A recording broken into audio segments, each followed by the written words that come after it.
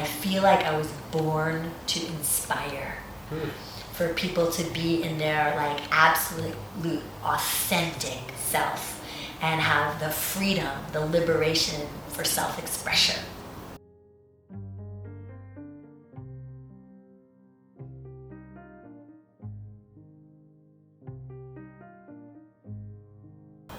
My mother used to iron our pillowcases. Wow. She's really obsessed with ironing. Well, can we start there? I'm curious about. Sure. I'm curious about your. Well, one, thank you so much for your time, and you just gave me this tour of this place that I'd never experienced. That was really awesome. Great. Thanks for that. But I'm curious. Yeah, where were you born, and what were your parents like? Like, were they happy? Did they have a happy marriage? What was your upbringing like? Like what? Because for me, that was the first model I ever got. I want a family. This is how you do a family. Right. It's the first model you get. Like, what did you think of that model that you were brought up with? Well, I was born and raised on Long Island in New York, Suffolk County. Well, I was born actually in Nassau County in Syosset, but I was mostly raised in Suffolk County in Northport, which is a really sweet harbor town that I really loved, and loads of oak trees. Like, I'm really connected to the oak because of where I was raised. And my parents got married at 17 and had my brother, who was 5 years older than me. And so they were kids having kids. And they were like, yeah, they both grew up really fast. I mean, you know, both came from difficult homes, and they kind of like got together to escape their homes. You know, even though my mom was pregnant, they were like stoked to get the hell out of their houses. And they fought a lot when I was young. And physically or just verbally? Verbally. And yeah, like I remember like being my dad's helper when my mom would like be pissed and go into the bedroom and lock herself in the bedroom, and my dad would like have me hold the screwdriver so he could unscrew the door handle to get into the bedroom, because he would get so upset that she would lock herself in there. And I think it was like not because he would want to like get to hurt her or anything, like get to her for that. I think he was just afraid of like, he felt out of control not knowing that she was okay in there with the door locked kind of thing. What'd she think about in there? Yeah, like, yeah, kind of thing. There was never like any like kind of suicide attempts or nothing like that, you know? But my mom came from a background of like severe physical abuse, sexual abuse, verbal abuse, emotional abuse, and my dad as well, like totally like similar backgrounds, but they were like saving each other and like playing out their wounds, you know. So it was kind of intense, and I've always been super petite, like really little, cute, petite, and I had to become like energetically really large. Kind of like Kate.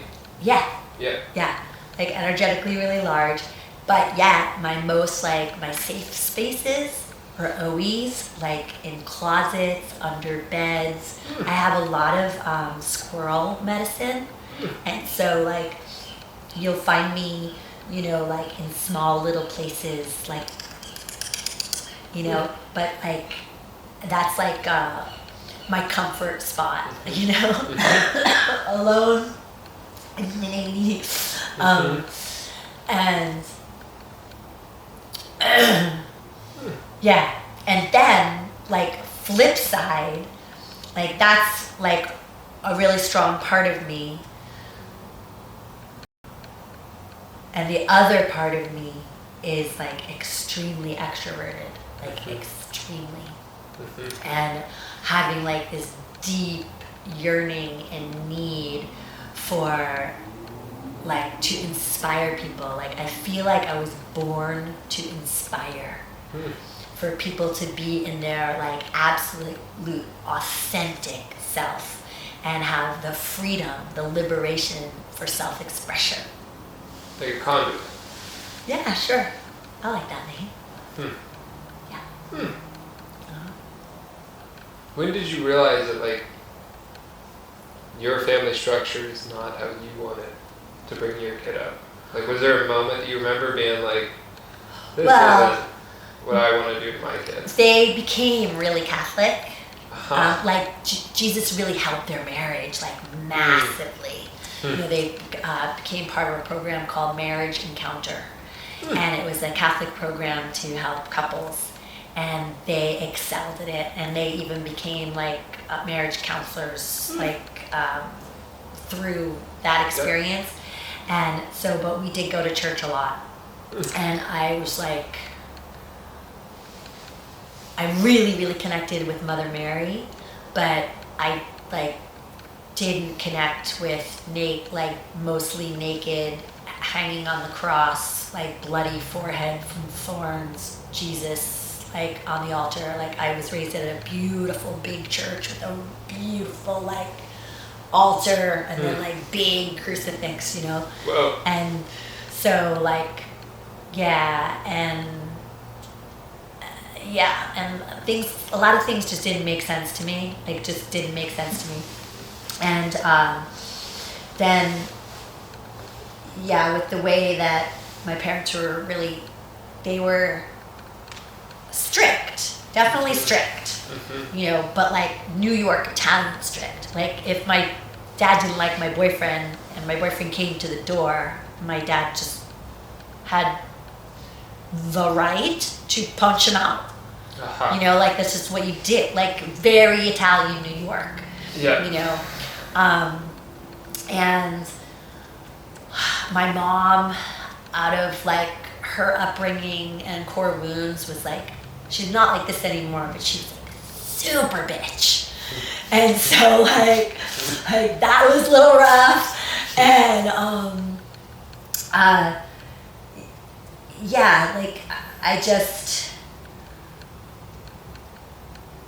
the whole scene, like scene of like everybody, you know, all my girlfriends, like they didn't move far from where their parents lived. You just like graduated from high school, got pregnant, got married, had kids, stayed in the neighborhood kind of thing. And I was just like, I gotta get the fuck out of here. And I went to college. At 18? Right out of high school? Out of high school, I went to college in Boston to become a medical assistant. I wanted to become a professional dancer, and my parents were like, you can't, you have to get a real job. And you were a dancer when you were 18? Yeah, I was a dancer like since I'm 3. I've never been on fear stage. of it? Never go into your squirrel hole and not into it? Nope, the hardest time I had with dance is when I discovered marijuana. And I started just getting stoned like all the time, and then showing up to rehearsals baked, and then I couldn't remember my choreography, I couldn't remember like anything, and I all of a sudden like I was no longer put front center. And I just like kept coming, putting me back towards the back row. That was a little rough, but And that was probably high school? High school for sure. And then I always thought I was good enough to become a professional dancer. I was trained by the New York City one of the New York City Rockettes. I was trained by another New York City Rockette. I was like, I said, like I was always good enough. What style of dance is that? Tap, jazz, ballet, everything, you know, ballroom, everything. And when my parents said to me, you have to get a real job. Like what if, you know, what if you don't make it? I never thought for a minute that I wouldn't make it. And here's God and Goddess, my parents, who like, you know, my parents don't think I'm good enough to make it, it completely changed my entire outlook about my talent, about my abilities, about like everything. And I was just like, oh. Maybe I'm not good enough. Maybe I'm not good enough. Maybe, oh, what? Oh. And it really, really affected my dance. Like, completely. And so, the only thing in school that I was ever good at was anatomy and physiology and biology. Every single thing else I cheated, or I almost failed, or if I did fail, I got my report card before my parents did, and I changed it, because our report cards back then were written with pens. And so I would just change an F to a B, so I wouldn't get in trouble. And so, like, the only thing I ever did good at was anatomy, physiology, and biology.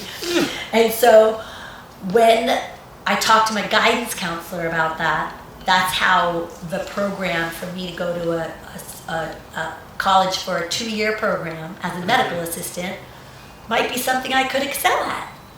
And so I make decent money. Yep.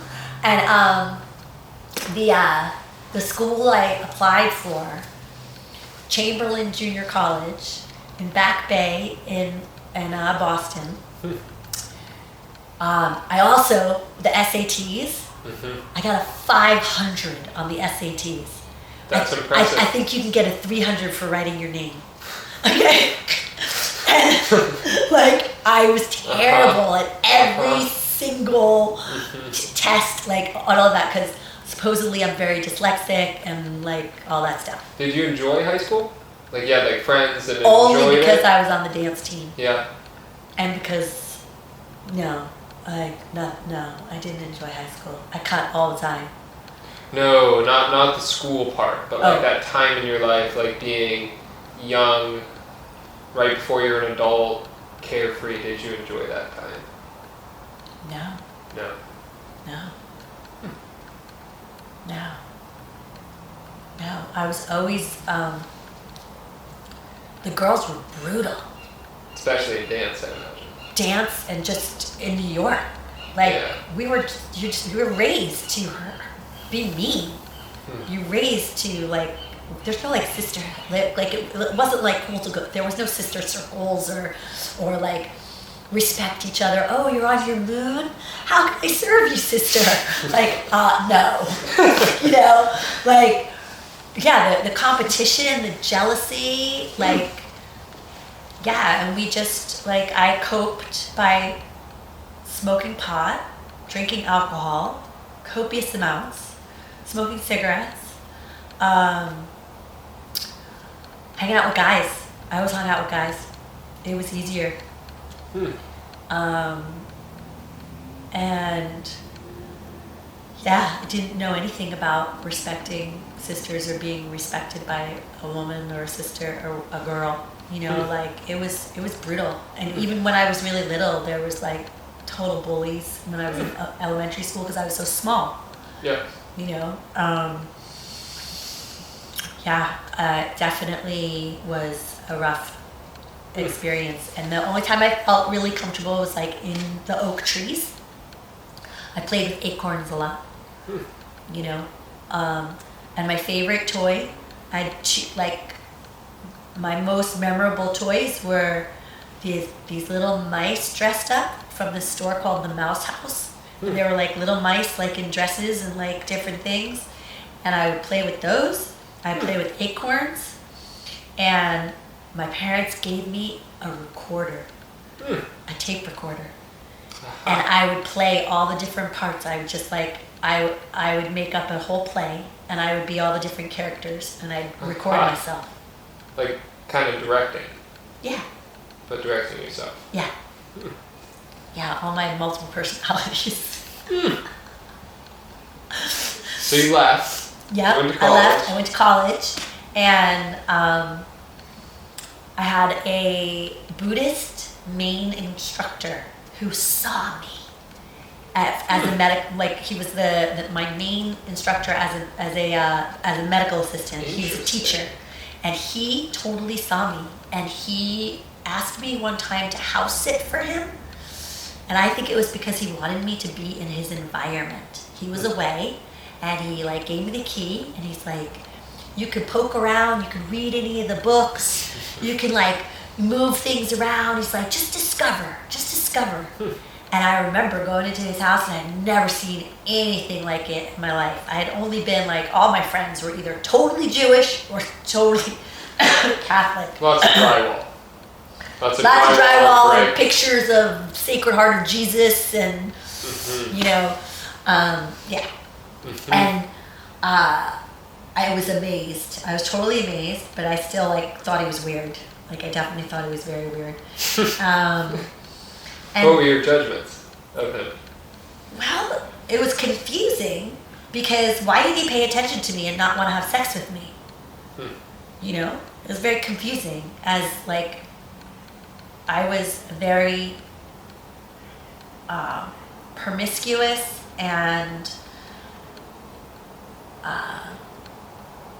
outgoing. Yeah, I dressed very sexy, you know, and like, yeah, it was weird. Like I didn't understand, like, you know, why he was paying any attention to me. Because I only at that time in my life knew how to get attention from either partying or sex. And he saw something else. And you were like, what is going on here? What is going on? And I couldn't figure it out. And yeah. I mean, years and years later, I sent him a letter to thank him. Would you say like that was your first, maybe not the word mentor, but like the first adult that like impacted you? Yeah.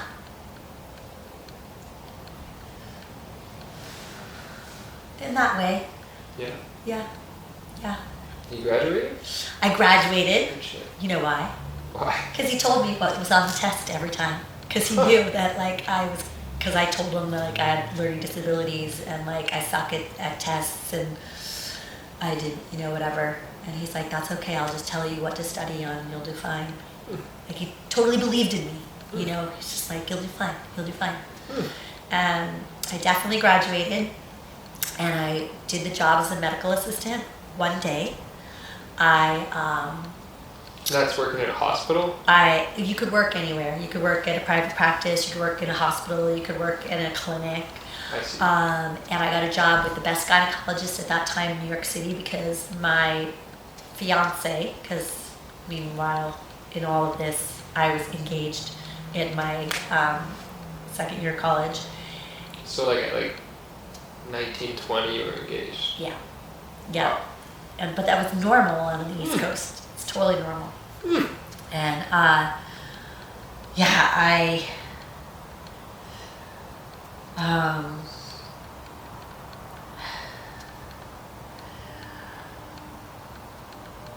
his family, my former partner's family, knew a lot of people in the city. And that's how I got the job with the best gynecologist in New York. And I was there one day and I left at lunchtime and didn't go back. And my dad was like, what do you mean you're not going back? And I said, I don't want to. And he said, I don't want to go to work. And I go. We have a responsibility. I was like, well, that's where we're different. I'm like, I have choice. I know that I have a choice, and there's so many things I can choose. This whole world, like, there's so many things I could choose. And I actually, he said, well, what do you want to do? And I said, well, the way that I made money while I was in college was bartending, and I'm really good at it. And my dad's like, oh my God, I just spent $20,000 for you to go to college, you know, and, which was a big deal then. Like, really big deal. And he's like, well, if you're going to be a bartender, you're going to be a professional bartender. And he sent me to the American School of Bartending in New York City. Whoa. And I became like a pro bartender from there and graduated top of my class. Do they also teach you like etiquette? He teach you like everything. class and etiquette, not just. They just teach you everything. And and then I got hired for a restaurant across the street, a Russian restaurant across the street from the UN. And I bartended there for a while until I went downstairs one time to get my check, and the owner grabbed my breasts. And I grabbed the check from him, and I said some words, and I left and never returned. But yeah, I had like all these crazy jobs in between. I mean, like I've even was like a bartender on the yacht for the owner of Popeye's Chicken. I was a bartender on a murder mystery train that went from New York City to Washington D.C. I always worked in clothing stores because I love clothes, so I always wanted discounts on clothes. So I was always like working in a clothing store somewhere. What's your advice doing all that bartending? What's your advice for, because I imagine being a young lady, pretty young lady, bartending, you get some unwanted attention, and probably wanted attention from men, both. Oh my God. What's your advice to ladies in those environments where people might not be so sober? To maybe even like curb it before it happens. It's called boundaries, like starting with clear boundaries, acting as if there's really clear boundaries, and ending in clear boundaries, which I didn't know what that meant. I just knew how to okay, like how am I going to get myself out of this, because I had such street smarts, but for sure, just being so clear in like what you're willing to give, how much you're willing to give, and when to stop giving. And it's confusing also when you're like really hurting for money, because it's another prostitution game. Because they're the ones who tip the most, are the ones who want something from you. And you were married at that time? Still? No, we ended up not. Okay, we ended up not getting married at that time. We ended up getting married 10 years later. So you separated? We separated for 10 years. And so in that 10 years, I went from being like a this classic. This is your 20s? Yeah. More or less? Yeah. Like from being like super classic, like Long Island East Coast girl with like bleach blonde hair, all designer clothes, like just, I remember like it was really important to me before I went out to look in the mirror and like kind of like add up how much my clothes and jewelry were worth before I walked out the door. Like that was important, like insane, but that's where the mindset was. And I had a spiritual awakening, a series of things that happened, everything from extraterrestrial to plant medicine to dream time, things happened. And I ended up going on the road with the Grateful Dead and going to rainbow gatherings. Before you were introduced to plant medicine? Or was that the introduction? Well, let's see. I mean, I had already, of course, been smoking marijuana. And then I was experimenting with ecstasy, which at that time, like the people that we got it from, it was like pure MDMA. And then one time we were on this camping trip and we smoked mushrooms. I had no idea you could smoke mushrooms. Nobody. Neither. But we were so clueless, we didn't know you were supposed to eat them. And that's why we smoked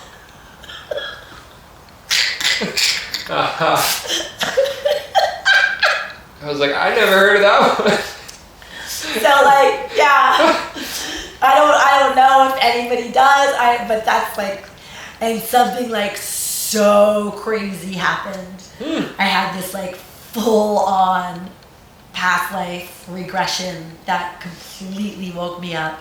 And I was in the Angeles Crest Forest, and like at the end of the trip, I found an abandoned VW bus in the forest, like with leaves inside of it, super abandoned.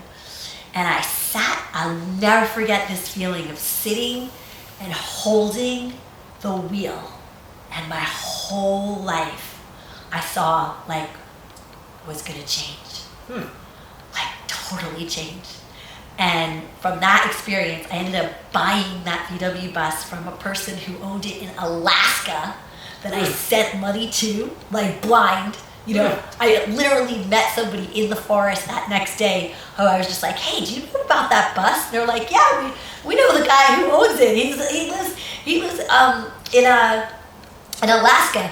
I'm like, can I have his phone number? And like it was just all crazy lined up.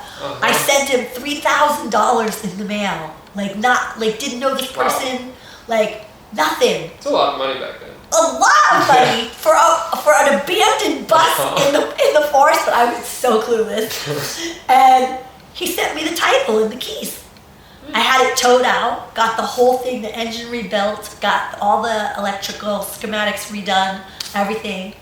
And somebody asked me, and I was just like jiving it, and I'm like feeling the whole hippie vibe, and somebody asked me if I was going to see the Grateful Dead, and I'm like, Have you heard of them? I heard of them only because when I was a kid, on our way to church, there used to be a spray painted wall, and it said the Grateful Dead on the wall. And I never asked my parents, why would somebody be grateful about the dead? I just remember every Sunday going to church, passing this wall and seeing that. Interesting. But of course, I'm sure I heard driving that train. Sure, I'm sure I heard it because it was playing everywhere at that time in my life. But yeah, and I was just like, no, I've never seen the dead. They're like, you're a total hippie with the VW bus, and you never went to see the dead. I'm Did you look like a hippie at that point? After you described to me what you looked like before then, would you? I got totally liberated, and I only wore all cotton clothes from India, and my hair was always braided, and I just bell bottoms, hip huggers, completely changed dramatically. I gave away everything and moved into my bus from that experience in the forest. And meanwhile, what was happening? That's 25, somewhere in there? Probably, yep. And then my first show was Vegas.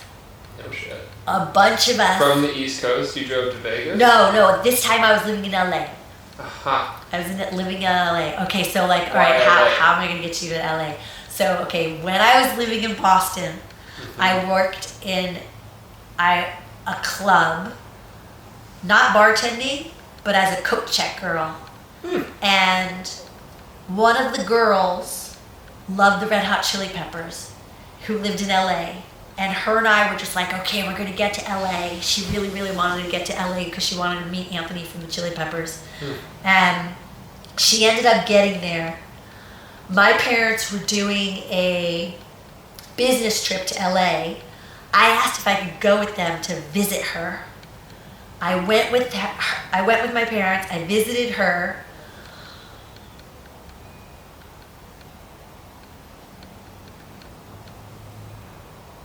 Came back to the East Coast, put on my answering machine, the song California Dreaming, and said, hi, I'm trying to get to LA, leave a message.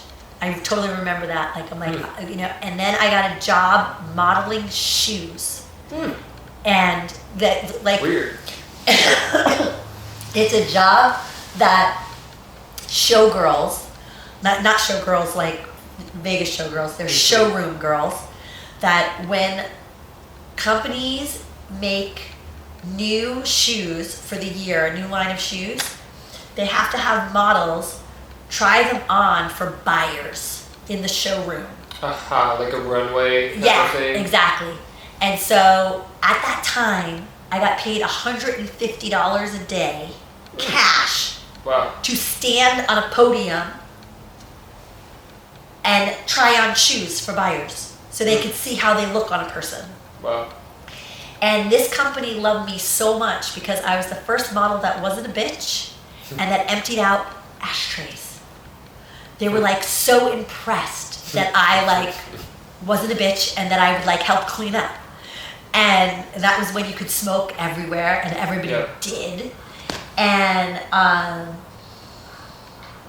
they brought me to Dallas and Vegas and Los Angeles with their showroom, traveling showroom. And when I was in LA, I said, I'm not going back. And you'd never been to prior to that trip to Los Angeles, you'd never been to the West Coast? No, I was with my parents. Prior to that trip, you'd never seen the West Coast? Well, I did once when I was in high school. I did a trip with my best friend from high school to visit older friends of ours who had moved to Hermosa Beach or something like that. Like we did like a, But I definitely, the first time I came to the West Coast, I clearly remember that when we were on the plane and it landed in LA for that first time, I remember my entire body going like this. That I was like, this is my home.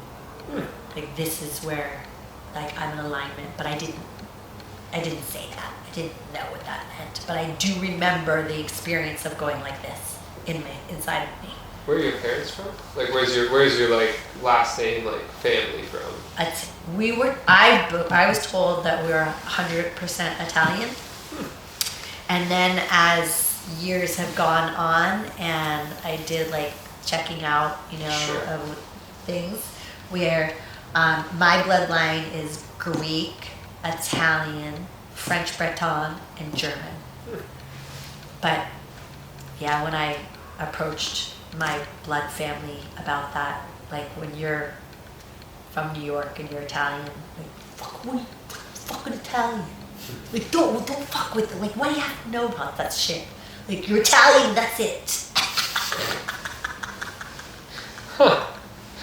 And that's the way we all talked, and that's how I used to talk. I because I got into the film industry, I worked on changing everything. Changing my mannerisms, changing my language, changing the way I carried myself. What would you have thought about yourself? That woman that's counting how much her clothes cost. What would you have thought about her if she somehow car broke down, brought it into Valley Automotive, and stumbled in here? That happens. It really does happen. It really does. And I embrace her. I so embrace her, and then she usually ends up crying. And then either signs up for Priestess College or like moves here or lets me know that I've changed her life and she'll never be the same.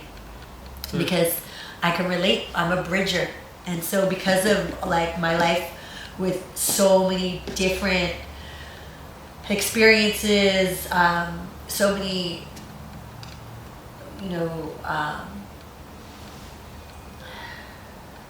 different lives. Yeah. Like I could really talk to anybody and relate. You got into show business through that shoe wearing? I was in show business since I was little, and then Sure. but I got it really into the whole LA scene was when I ended up staying there because of that shoe job. And the guy that I met immediately, who I moved in with like in a week, he was an actor, and he introduced me to his agent. I immediately got a SAG job, which is like unheard of. What's a SAG job? That's the union of the Screen Actors Guild. Huh. And usually like there's people there for 10 years who like audition all week long and never get a SAG gig. And I like my first audition I got, and I got my SAG card like immediately. And I was like, oh my God, that's like, I'm gonna be a star. Sure. You know? And then the union went on strike for like 2 years or something. And so I was like out of work and trying to do everything else. And I was working in clothing stores on Melrose and all this stuff. And one time I was working at this clothing store and this guy came in and asked me if we had anything with Goofy on it. And I was like, Goofy? I was working at a store that sold all Looney Tunes stuff. Like with Bugs Bunny embroidered on pants, you know, and things like that. And I'm like, this is Looney Tunes. Like, no, we don't have Disney. Like Goofy. Why would we have Goofy? And he's like, and he was all sad faced. He's like, well, because I play Goofy at Disney. And I'm like, wow, really? Oh my God, that's like crazy. Tell me about that, you know? And he's telling me. And I grew up going to Disney World in Florida every year for my birthday. So you gotta imagine, like here I am a dancer my whole life. Every year for my birthday, my parents bring me to Disney. Yep. And then there's this guy who like works at Disney. And I'm like, how do you get a job there? And he's like, you just audition. I'm like, how will I know like when there's an audition? He's like, give me your phone number, I'll call you the next time there's an audition. He literally calls me and I go on audition. And I got the gig. It was crazy. It was like a 13-hour audition. It's called a cattle call. There's hundreds of girls there, hundreds. And I got hired literally by one of the dancers I grew up watching dance on the East Coast at Disney World. He was one of the Kids of the Kingdom dancers, and I grew up watching him. And then he's the guy on the West Coast who hires me. And so then from there, I worked on the Queen Mary ship as a dancer. And then from there, I started auditioning for all kinds of film and television to like just do everything. And that's all pre-Grateful Dead? Totally pre-Grateful Dead. Totally. So in your early 20s, you were LA showgirl. Yeah. More, like to put it in the smallest box you could put it in. Yeah, I was a dancer at the Hollywood Bowl. Like I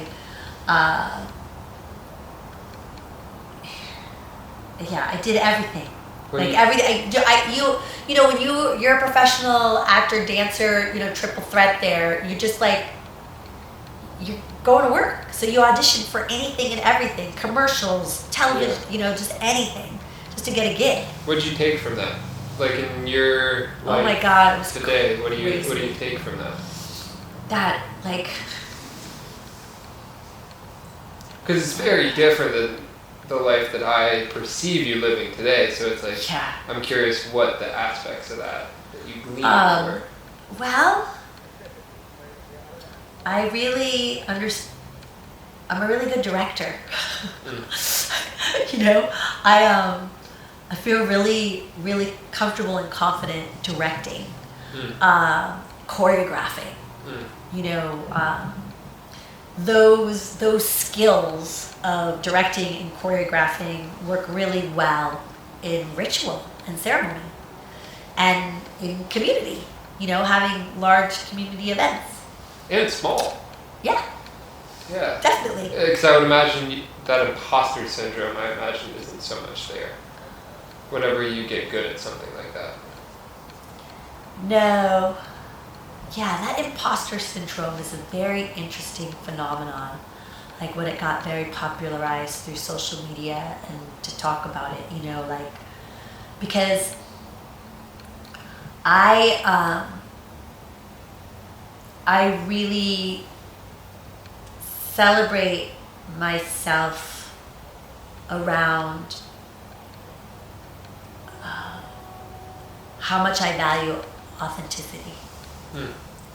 And so, you know, that's one of the reasons why a lot of students really appreciate me and my work is because they often describe me as like real deal, like hedge witch, like that I'm not a bullshitter. And so many spiritual teachers that I've experienced are spiritual teachers all the time.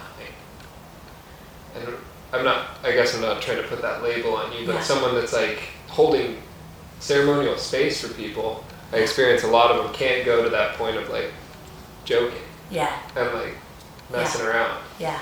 And kind of being not serious. And not buttoned up and perfect. Yeah. So I imagine that's the authenticity. Yeah. Piece that I see. Yeah, just being like, completely, just like really real. Because something that I go to Glastonbury, England every year for the last 15 years. And often people are like, what'd you learn? What are you bringing back for us? What is it? You know, one year I was just like, well, this year I learned that nothing is ever as it seems. Everything is upside down, and all of us are fucked up. Like, all of us. So there's like no room for judgment. None. Because you have no fucking idea what's going on behind the closed door of anybody, of any business, of anything. Anything! You know? So just like,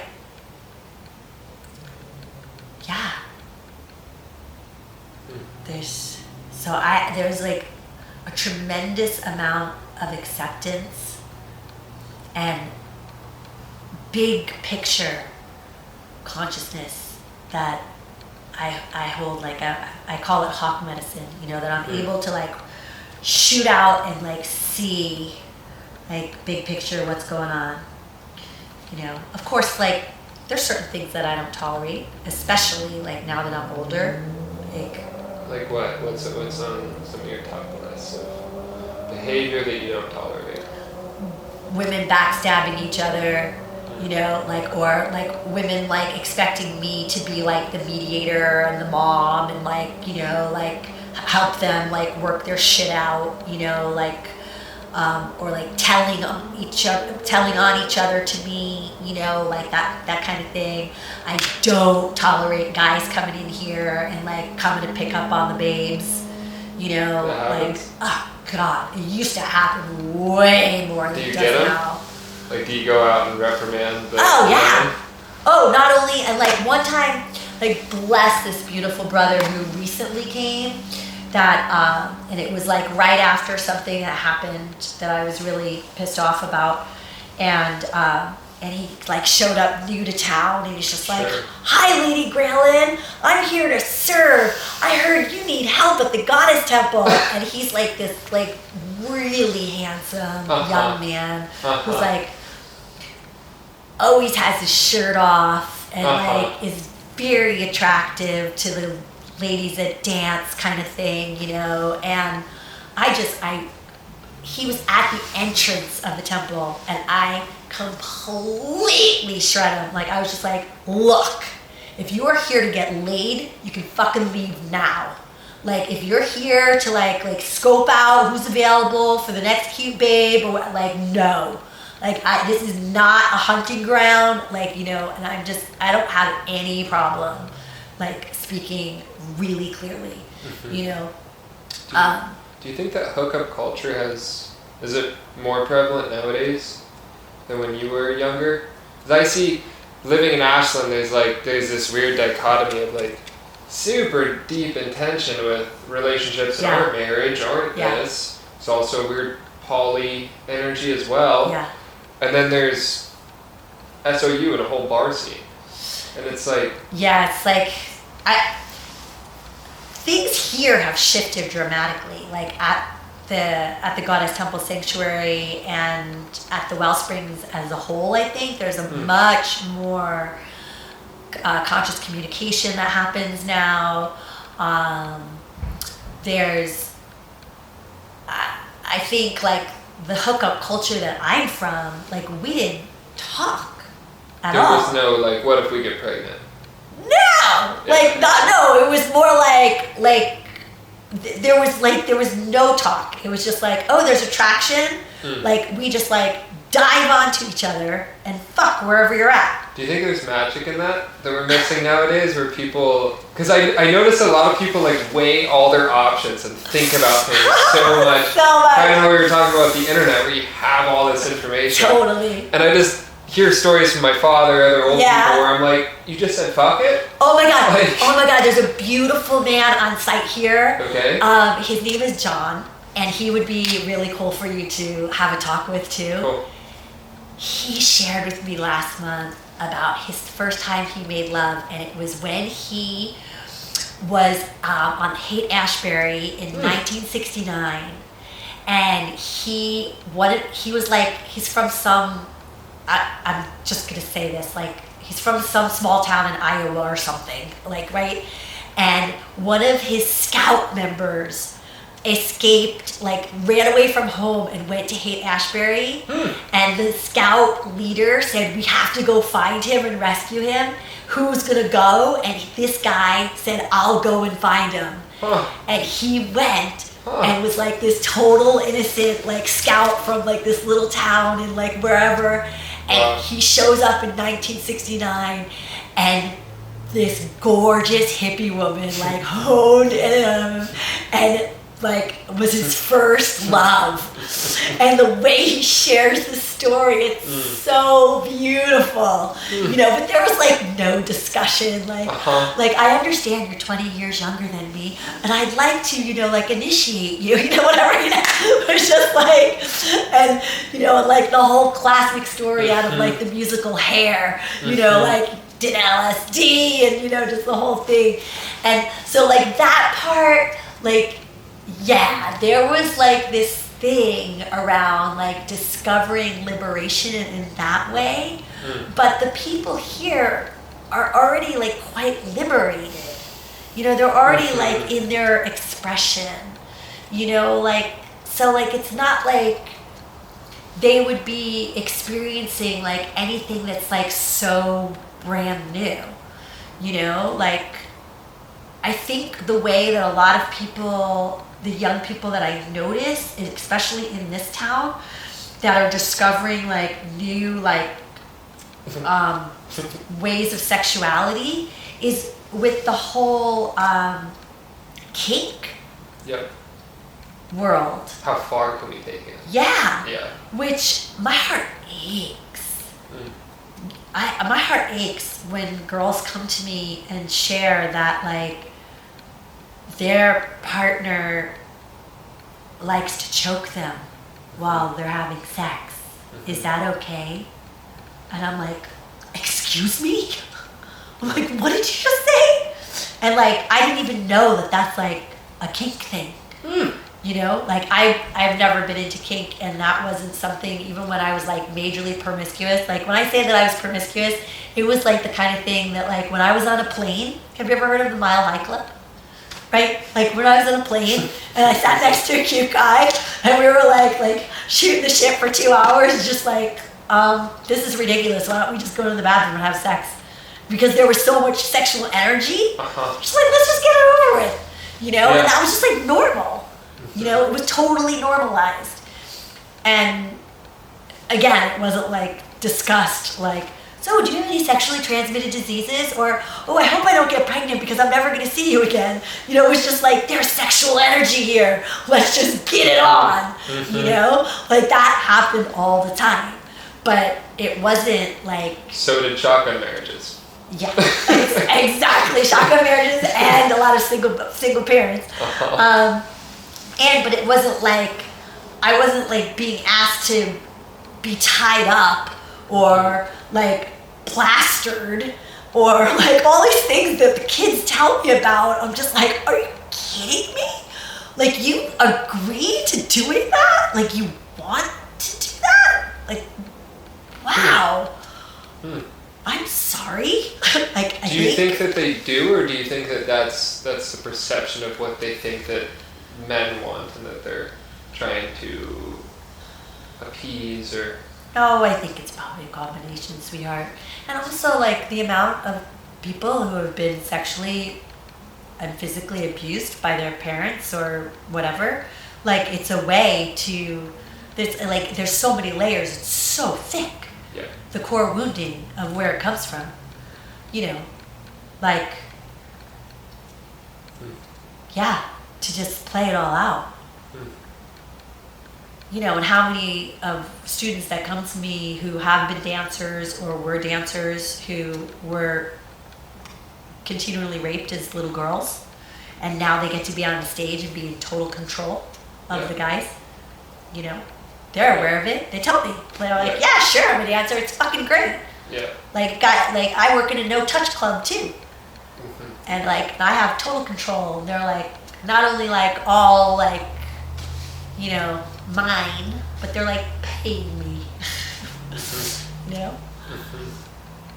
And yeah, it's nuts. Do you think, I've never really heard that perspective from someone not of my generation on the whole kink thing. And do you think it has to do with porn? Because back in your generation, it was what, like Playboys that were like sexy and like kind of boudoir. the porn that we watched in high school was literally animated, like Snow White and the Seven Dwarfs. Really? Yes, Snow White porn. Like that was something that we saw. But vanilla. Yeah. Like. Totally. The things you can find today on the internet are. I can't pretty. The imprint is so insane that is being imprinted on such young minds. Yeah. Yes, porn. Yes, and yes, we had Penthouse, we had Playboy, and we had Playgirl, and it was all vanilla. I mean, I remember the difference of finding my friends' dads' Playboys. And it's like, it's a beautiful naked woman with hair. And you can't really see much, and it's not sexualized. It's just, here's a beautiful figure. And then to getting my first iPod and my friend coming over and going, you know that we can watch porn on this. I'm like, really? And you type it in and there's access to everything you could ever want at 13, 14 years old. Like, that's wild. That's wild. And I think, I mean, I've seen some of the statistics of men and having sex. Yeah. And it's down. I mean, men's testosterone and all that is just... Yeah. It's pretty nuts. And how many men are circumcised also?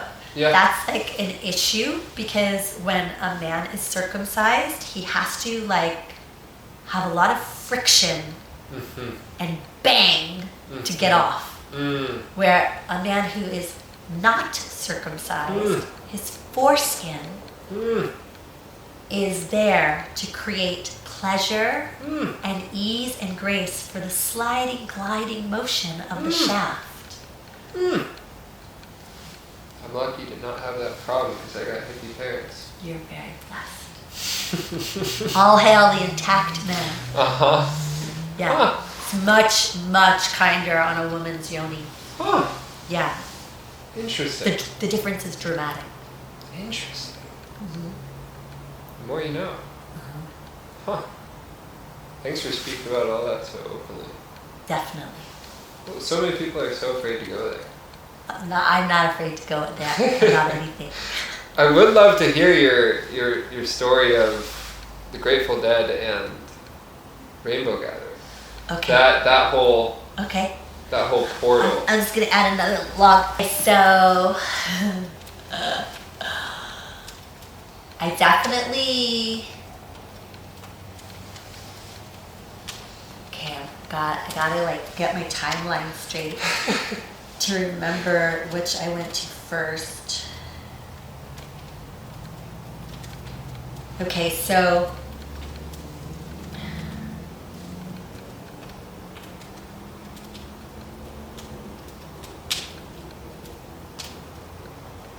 I definitely went to the Grateful Dead first. I went to that Vegas show. I definitely ate mushrooms.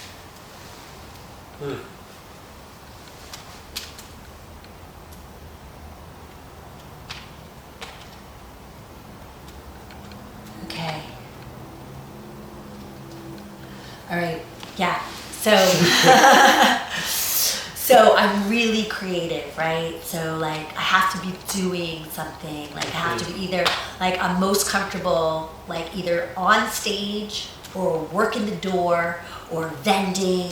You know, like I don't like to go to like a events festival and just or go. just go. Like, no, like that makes me feel really lonely.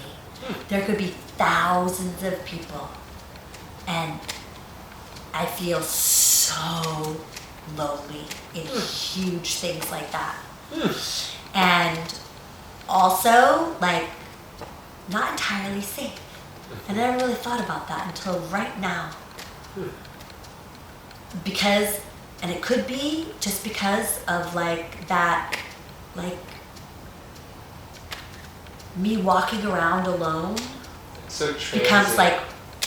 like, you know, like I become like prey, you know, like, so I either have to like, you know, like keep that like really like big energy performing, or like use my creativity. It's all about my creativity because I have so much creative energy I want to share. And so I was like the jewelry maker of our tribe. So we somehow in the midst of it all, I ended up like moving to Dog Beach in Ocean Beach, San Diego. Nice. And we were a caravan of VW buses on the beach, and I did like all of the jewelry, the seed bead jewelry, those tiny little beads. It takes hours. Like ayahuasca. Like peyote stitches. You know, like takes hours to make that stuff, and you're lucky if you get $20 for it. You know. But I was the jewelry maker out of the tribe. Yeah, exactly. I know how to do that. And I used to. And one time, one of our brothers came back with a spool of twine, hemp twine. And he handed it to me, and he's like, "Here, can you do something with this?" And I'm thinking to myself, what is that knot that I made in Girl Scouts? What was that macrame knot? What was that? And it was raining, and I was alone in my bus, and I'm like trying to work it out, and I work it out, and I start like doing macrame. And I'm the creator of the hemp choker. Like those hemp necklaces that everybody wore, the hemp dog collars, like all of that stuff. I started that whole thing on the Grateful Dead tour. And so the first day I sold a whole panel of them for $10 a piece, and they flew. And then I was like, oh my God. And I made another panel, and I sold it for $20 a piece. And I made another panel, I sold it for $25 a piece. They flew. They just kept, I was making more money than I had like in so long, you know? And so then I went back, like we were like going to different shows. My home base was in LA. And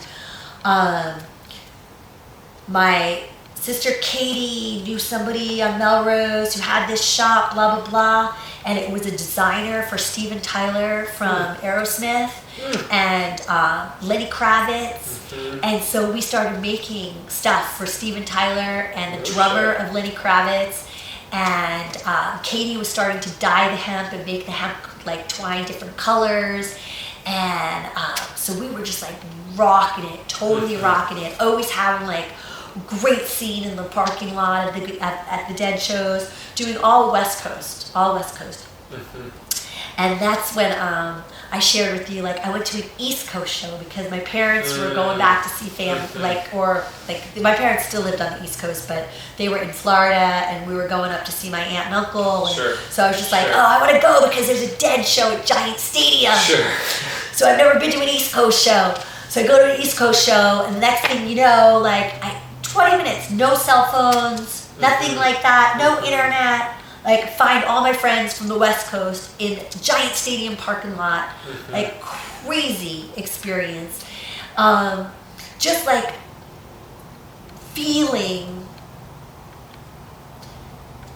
especially after like growing up that I had to look a certain way to be accepted. You know, oxymoron. Like, yeah, okay, now I didn't think that I had to look like a deadhead, but now I totally look like a deadhead. But it didn't matter. I didn't have to look like a deadhead. I could be accepted by anybody, anywhere. And like, I had experiences with women at the Grateful Dead that I never ever had growing up anywhere, and especially in the film and industry, the film and music and television and modeling industry that I had been doing in LA. Like working together with that woman on those hemp things. Like probably like working together with everything, and just like if I saw you on the lot and I'd be like, hey bro, this is like and authentically, not because I was like scamming you on anything. Sure. I was just like, oh my God, linen, I love linen, it's such a beautiful jacket. It was totally normal for you to be like, hey sister, take off the jacket. Yeah. This is a family heirloom. It was from my favorite uncle. But you know what? I want you to wear it today. And it was like authentic. Yeah. Totally. Like pure heart, open, unbelievable. Like I never experienced anything like it.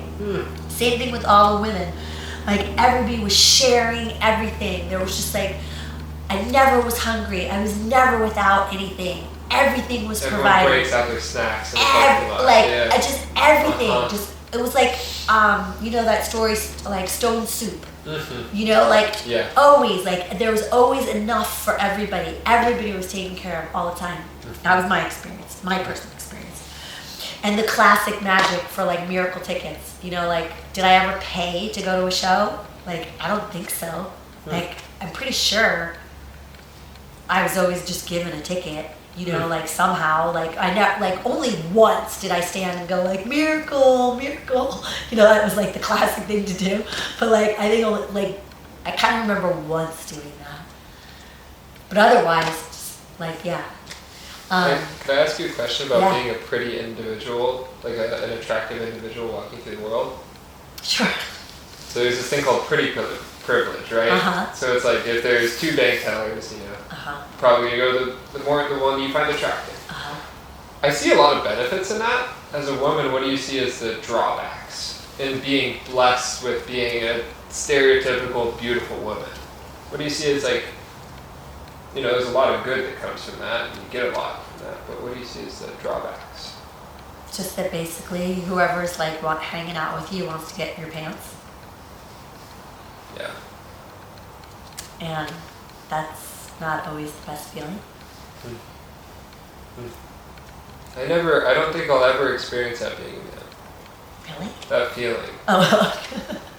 No, I don't think I'll ever experience that feeling of like, anytime that anyone says any like comment towards me that's like sexually forward, even if I'm not attracted to him, it generally feels good because I don't get many of them. Like, even if it's a gay guy, I'm not attracted to men, but I'm like, okay, thanks. So I think that's something that I don't know if I'll ever really experience. So thanks for that. Yeah. I mean, obviously, like, I think being like, not having a huge nose, or not having crazy earlobes, or like whatever it is that makes you not symmetrical, you move through the world a little bit easier. I got a nose job. Did you really? It was normalized. When I was in high school, the girls, like once you hit 16, you either ask for a tit job or a nose job. It was normal. What do you think about that for young people nowadays? Crazy! Yeah. To like voluntarily get surgery? It's like ridiculous. And it's, you know, radically honest, I don't regret it because I am the person I am today because my confidence level shifted so dramatically that, like, I don't know. I really honestly don't know who I would be today. It's kind of so crazy with my other nose. Because I don't know. Maybe I'd be the same person. Maybe I would. I don't know. But like imagine I was in college. It was my first year of college. My parents asked me what I wanted for Christmas. And I said a new nose. And they were like, okay. And I knew this girl, Krissa, who I liked her nose. I asked her who her doctor was. I went to her doctor and I said, I want Krissa's nose. He went into his filing cabinet. No shit. Pulled out Krissa's file, opened it, saw her picture, looked at my face, and said, oh yeah, Krissa's nose would work, no problem. Wow. Seriously. And so my natural hair color is black. And so it was my first year of college. It was Christmas break. I left school in Boston to go to my parents' house with dark hair and got a nose job over break, dyed my hair blonde, and went back to school blonde with a little teeny nose. And started life over. Changed my name. Wow. Wow. Huh. Huh. Yep. Wow. Yep. And then the Grateful Dead lady. Yeah, and then like I went back to my natural hair color again, and my hair's been like blonde and brown, blonde and black, blonde, and like I've gone back and forth over and over again. Did you do that Grateful Dead thing in your 30s? Jerry died when I was 29, and I was pregnant, and I got pregnant. Oh, the Rainbow Gathering. So I went. How did I get to a Rainbow Gathering? Can't remember how I went to a Rainbow Gathering. How did I get to it? I don't know.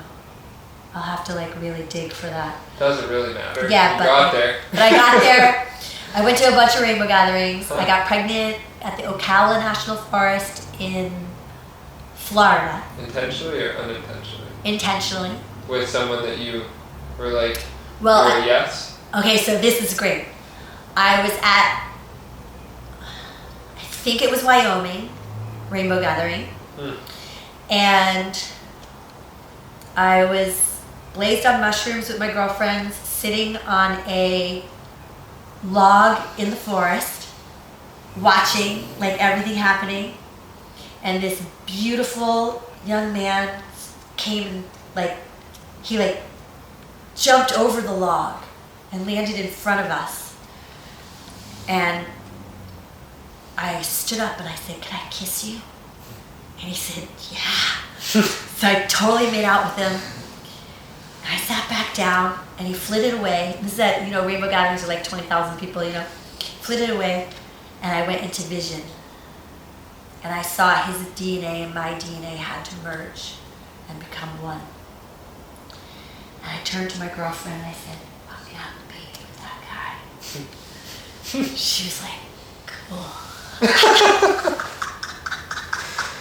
What were your thoughts after the mushrooms wore off? Let me tell you. The next morning, I went to get pancakes. Out of 20,000 people, the guy who served the last pancake at that particular kitchen was the guy that I made out with. And I was like, "Come here, gotta talk to you." And he spoke French. And I said, "Here's my parents' phone number." "Where are you from?" He said, "Montreal." I was like, "If you're ever in the States, call my parents. They'll know where I am. Find me." And he's like, "All right." Series of events happened. I was married to that guy that I was engaged to, right? Because, I didn't even tell you how I ended up finding him again after 10 years. I literally, threw a pine cone, it landed on a map, and it was Colorado. I knew he had a ski house. His family had a ski house in Colorado. I called his mom, And I was like, hey, remember me? I was engaged to your son, like, when we were in college. She's like, how could I forget? And I was just like, I need a place to stay. Can I stay at your, I was like so ballsy. I was like, can I stay at your ski house in Colorado? I threw a pine cone, it landed on a map, and it's like landed on Colorado, and that's where I want to go. And she's like, well, actually, Larry lives in that house. I was like, really? She goes, yeah. I said, can I have his phone number? And she gave it to me. Shocking, because she never liked me. So I called him, and I'm like, hey, I'm like, let's hang out. And the last time he saw me, I was like that, like, all designer clothes, la la la la. The last time I saw him, he was a coke dealer and like only wore designer clothes, you know. He picks me up from the bus station. I'm wearing an Afghanistan tribal woman's folk dress. I've got my drum on one arm, my jewelry bag in the other, my backpack and dreadlocks. And he picks me up, and he looks like Garth Brooks. He's like wearing ropers, and he's got like long rancher jacket, and it's like really nice cowboy hat. And I'm like, what the fuck? And he's like, what the fuck? Look at you, you know? And we just like laughed so hard. And then he brought me to. Have you ever heard of Red Rocks? He brought me. He knew how to get into Red Rocks. I don't know how. I don't know. Whatever. Brought me onto the stage at Red Rocks, and like we just had this amazing, really fun, creative dance with no one there. With no one there on the stage at Red Rocks, and we fell in love again in that moment.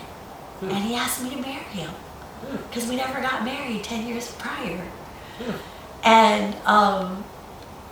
And like another like really funny side story is that when I was on Grateful Dead tour and I needed money, my mom had my engagement ring from him.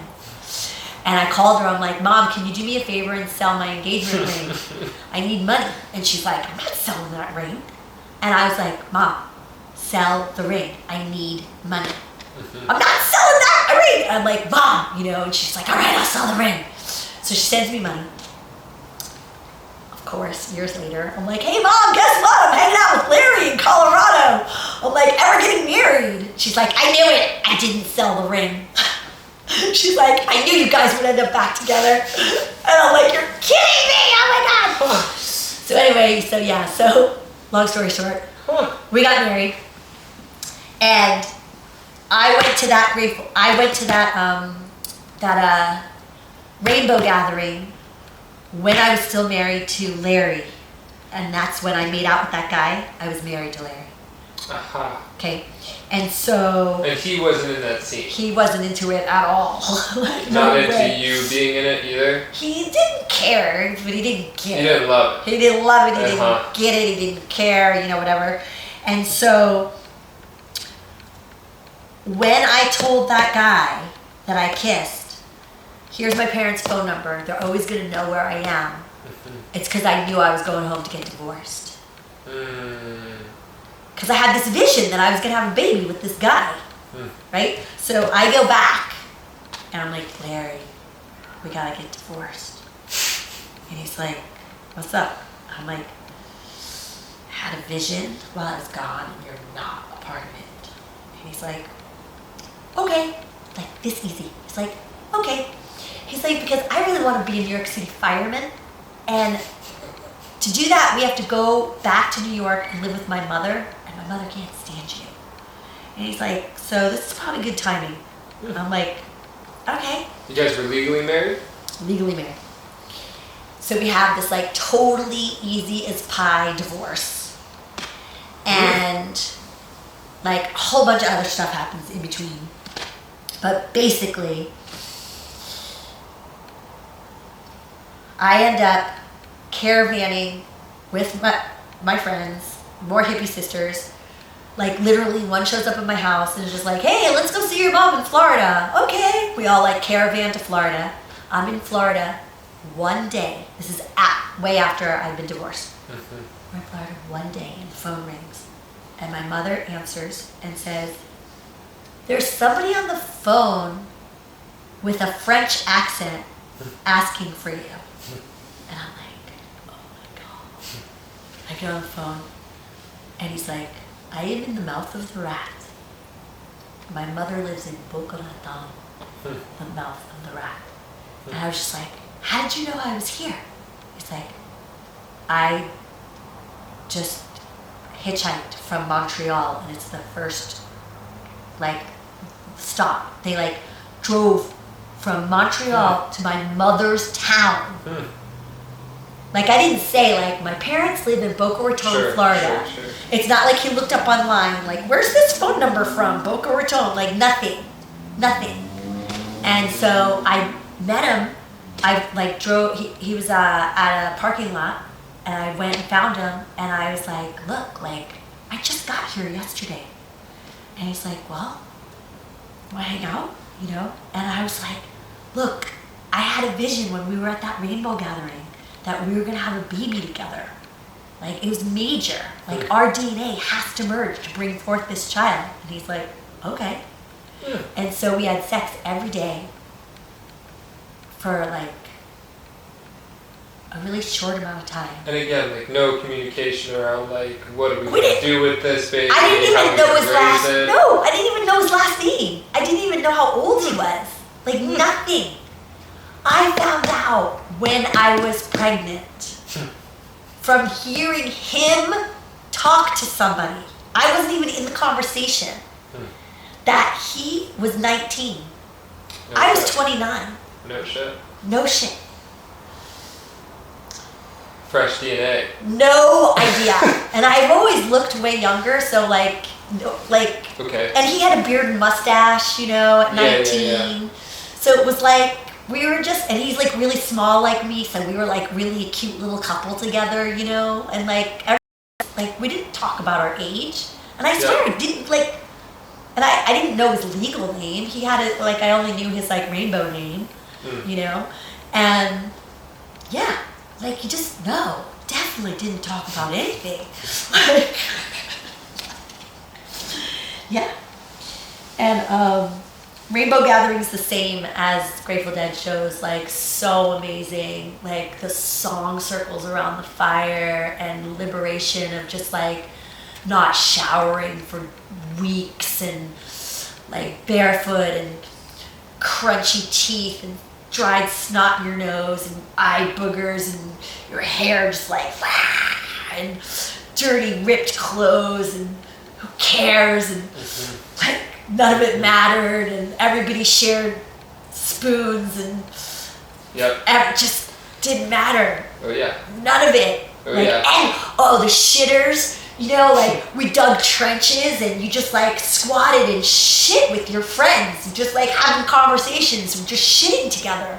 And like nobody it didn't matter. Like none of it mattered. Like the only thing that mattered is that you were like living life. Like you were just like merged with everything. Like the Grateful Dead that steal your face. That whole thing is about like I had no face. I'm with you. I am you. Like, and then when I'd see a mirror, like I'd be like, oh my god, I forgot what I look like, you know? Like we completely merged, you know? And you went through with the kid. Oh yeah. Yeah? Well, I was raised Catholic. I am supportive of anybody's personal beliefs about anything, but like abortion is like not part of my field, you know. But with anybody else who chooses to do what God's blessed, you know. But what do you think of birth control nowadays? Like what do you tell? It's all toxic. What do you but tell? now you can have an app that tells you when you're fertile. What do you tell women that would inquire about that are maybe like not a woman that's coming to the Goddess Temple, because that woman already is interested in those things, but more so a woman that learn your body. Like anybody who is doing synthetic birth control is because they are lazy. Like that's why I did it. Like I don't have time or want to understand my body. Like why bother? You know, like now, like you could have the app that tells you when you're going to get your period, that tells you when you're fertile, that tells you, like, but like to learn your body, that means like you have to like sit and listen to your body, what your temperature is, what secretions you have, how your breasts are swollen, how you're horny or not, how your facial hair is coming in or not. Like girls have facial hair, like most of them fucking wax it or pluck it. And did you learn that, or were you taught that? How to listen to your body? No, I was not taught it. Were you inspired by anyone to delve into yourself like that? No. I did everything with like starting a Goddess Temple and having sister circles and making connection with women. I did everything for my daughter. Everything. So that spurred a lot of she is the one that made me who I am now. Did you guys move in together? Like, did you guys decide to play house together, you and your partner at the time? And raise that kid together, or was it? No. As soon as I found out, we had sex in this, we had sex all the time, but when I knew the moment I got pregnant, you were conscious of the conception. I was in the blue tent at Granola Funk Camp at Ocala National Forest, Florida, and I said, it is done. I'm pregnant. And he's like, I love you. Like, no, that's not part of the vision. Like, I'm grateful that you love me, but like, no, we're not gonna like be in partnership. Like, no way. Why not? He was like a teenager. Like, it would have been like me having an infant and a teenager. No. He's like had no filters. No filters. And like no tact. I mean, you could call it tact, but it's more like, it's just that I loved him as a person, but I wasn't in love with him. And I didn't feel safe that I would like at all like be provided properly for, or that, once you become a mama, you have like a majorly heightened experience of safety, like what's safe and what's not. And like, I just was, like feeling more and more and more not safe with this creature. Was he with you throughout growing the child? Only up until she was 7 months old, and then I asked him to leave. And I let him know that I would always let our daughter know about him, and when she asked for him, I would help her find him. And she did when she was 14. And we're all good friends. Like, nice. Totally. How did he receive being asked to leave? It was painful for him, but he was also like a really wild creature. Like a really wild being. Like painful, but also like... liberated. Like relieved. Yeah.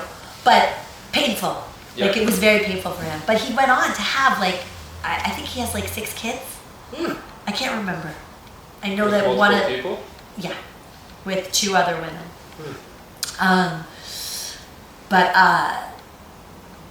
And my daughter's in touch with all of her brothers and sisters from him. And you just had one? And I had one, but my one, she's like having an entire clan. And I also always lived in community for her. So she would always have like, like all kinds of creative beings in her life. And did you move to California, or you raised her in Florida? No, I didn't live in Florida. I only like traveled in Florida. And I raised her in Ashland, North Carolina, Colorado, Ridgeway, Telluride area of Colorado, and Mount Shasta, California, and then here when she turned 14. Yeah. Did she ever have a father figure? She has 3 active fathers in her life. Her birth father, her father from Colorado, and her father from Mount Shasta. And they're all like really active in her life and really good men. And I'm like really fierce about being friends with my former partners. Why? Just to play devil's advocate? Because we like have shared our bodies, our lives, like intimacy beyond measure together. And then all of a sudden, like, we're strangers or enemies. I think it's totally fucking absurd. And especially when a child's involved. And those other two men you were lovers with as well? Yeah. What do you think about polyamory? I love polyamory. Yeah? Why? I do best in polyamorous relationships. Because I'm a Gemini. Like, just more than one's more attractive to me. And because I have so many different parts of myself. And I feel like it's really unfair for me or my partner to expect us, either one of us, to meet all those parts. And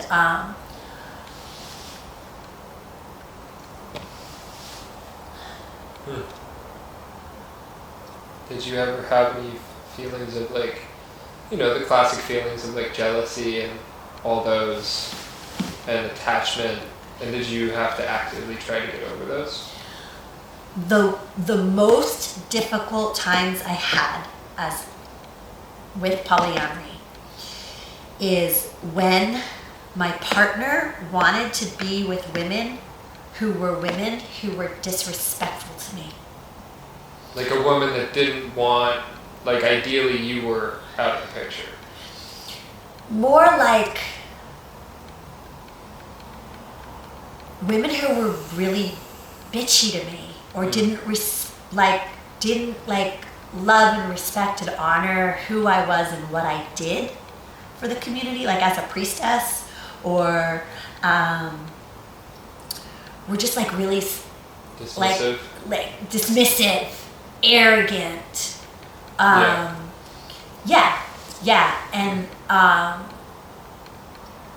And didn't understand the sisterhood code. Like, totally different if a woman comes to me and says, hey, your partner's hitting on me, and are you guys poly? Because I'm feeling really uncomfortable right now, and I'm attracted to him, so like I want to check in. Yep. How's it feel for you? Totally different story. Oh yeah.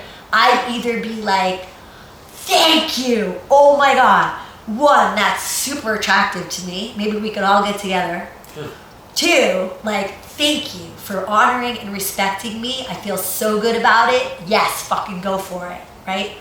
The other ones who like completely disregarded me and just like moved right in, that's really uncomfortable, and like 10 points off for my partner. Yeah.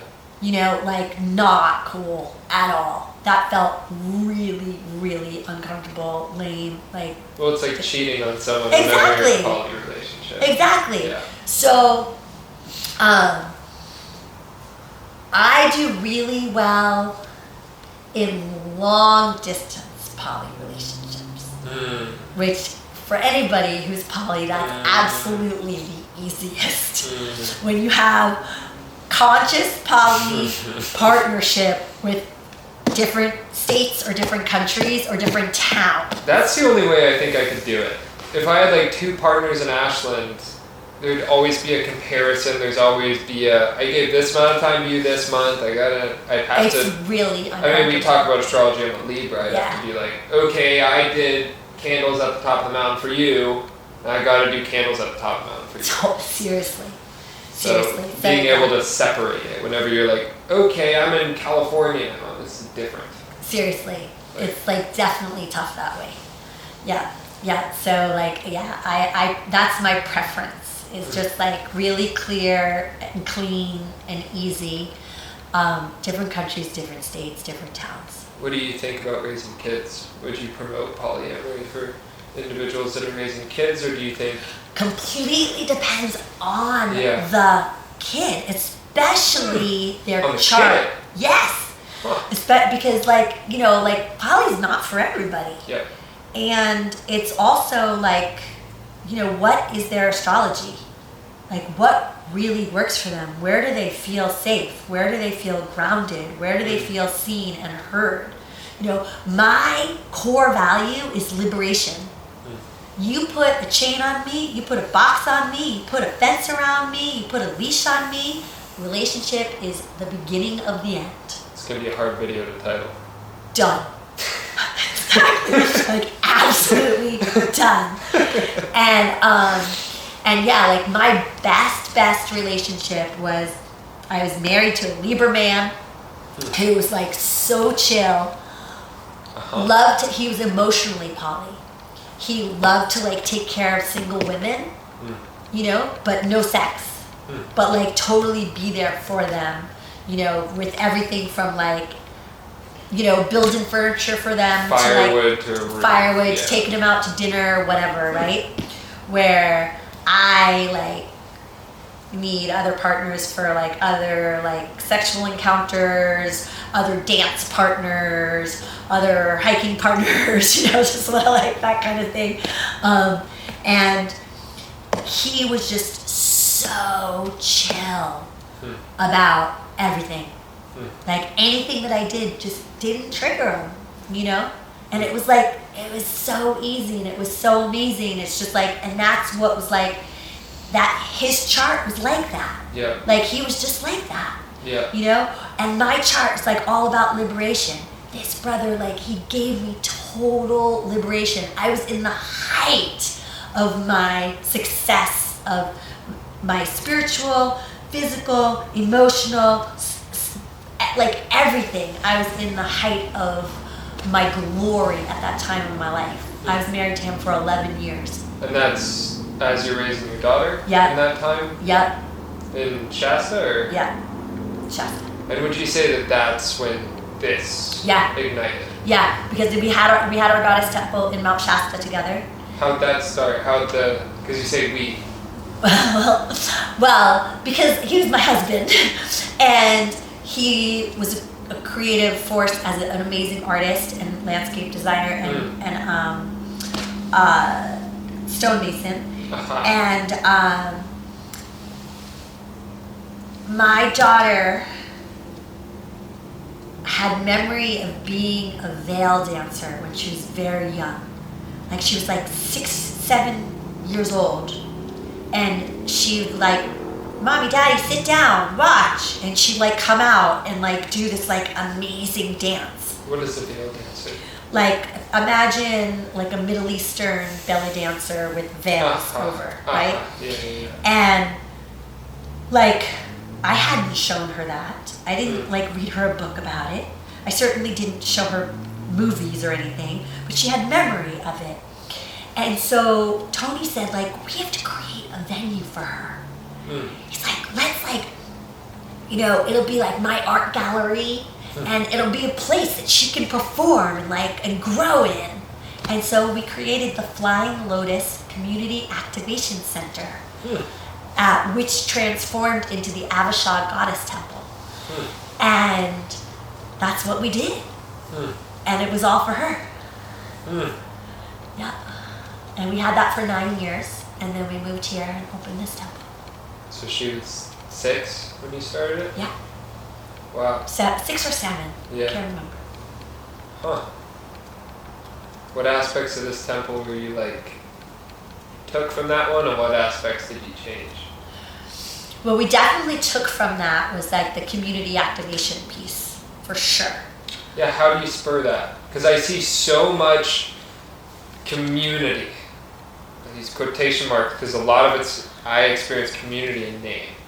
And it's a lot of, we're all community members, but I don't know, like one, like, why don't we have a hummingbird bulk order thing for our community? Why do we all go to the co-op and buy almond butter? Like just little stuff like that where it's like, what are we doing? It's more around self-expression, community self-expression. Okay, so like community coming to support people's creative expression. So, but even that, like, I left a lot of that behind. We used to have an amazing monthly variety show for the teens. There was a much stronger kids base there than here. Yeah. Much stronger. Yeah. Ashland doesn't have that. No. It does, but not in our circle. It Not has in it our in circle. like the soccer suburban. Yeah. That's pretty ingrained. There is a really strong homeschool scene that's grown here for sure. But it's still like in Mount Shasta, like we were the hub for the spiritual kids. And so, you know, they were part of all of our Celtic holy days. They were part of all of our rituals and ceremonies, you know, in healthy ways. Like we never thank the goddess. There's no like, you know, there are people that come to me who have grown up in horrific religious ritual abuse. Oh, yeah. Like so disgusting. And that we don't have anything like that. We like do everything we can to help people to recover from that, you know. So sometimes the word ritual gets a little bit of a bad rap, you know. Yeah. Well, I imagine it gets a bad rap too because it's also potent. Yeah. Like it gets a bad rap from people that didn't have a good experience, and it gets a bad rap from, oh shit, that's powerful. Yeah. Yeah. Box. Yeah. Yeah. Completely. Yeah. So I would say that I started my priestess training program in Mount Shasta, and when I came here, this place has primarily now focuses on training priestesses, where that wasn't the case there.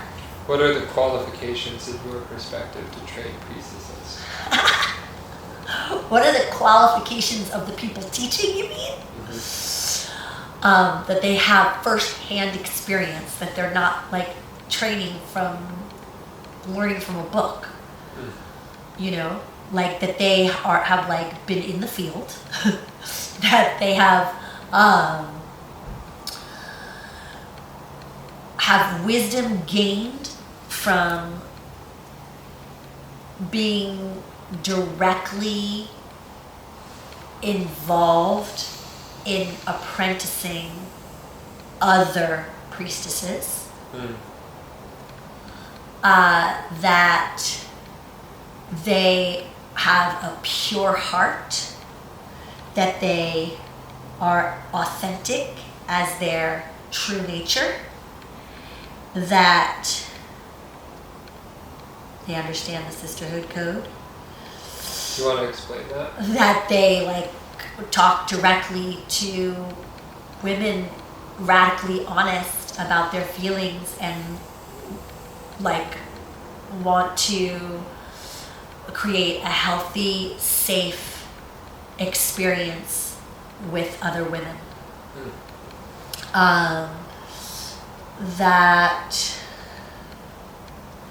they have their own personal relationship with the goddess and practice their spirituality in a practical and mythos level. That's probably the main reason I was so attracted to coming to talk to you today. Okay. It was Haley's perspective. She was like, she's practical.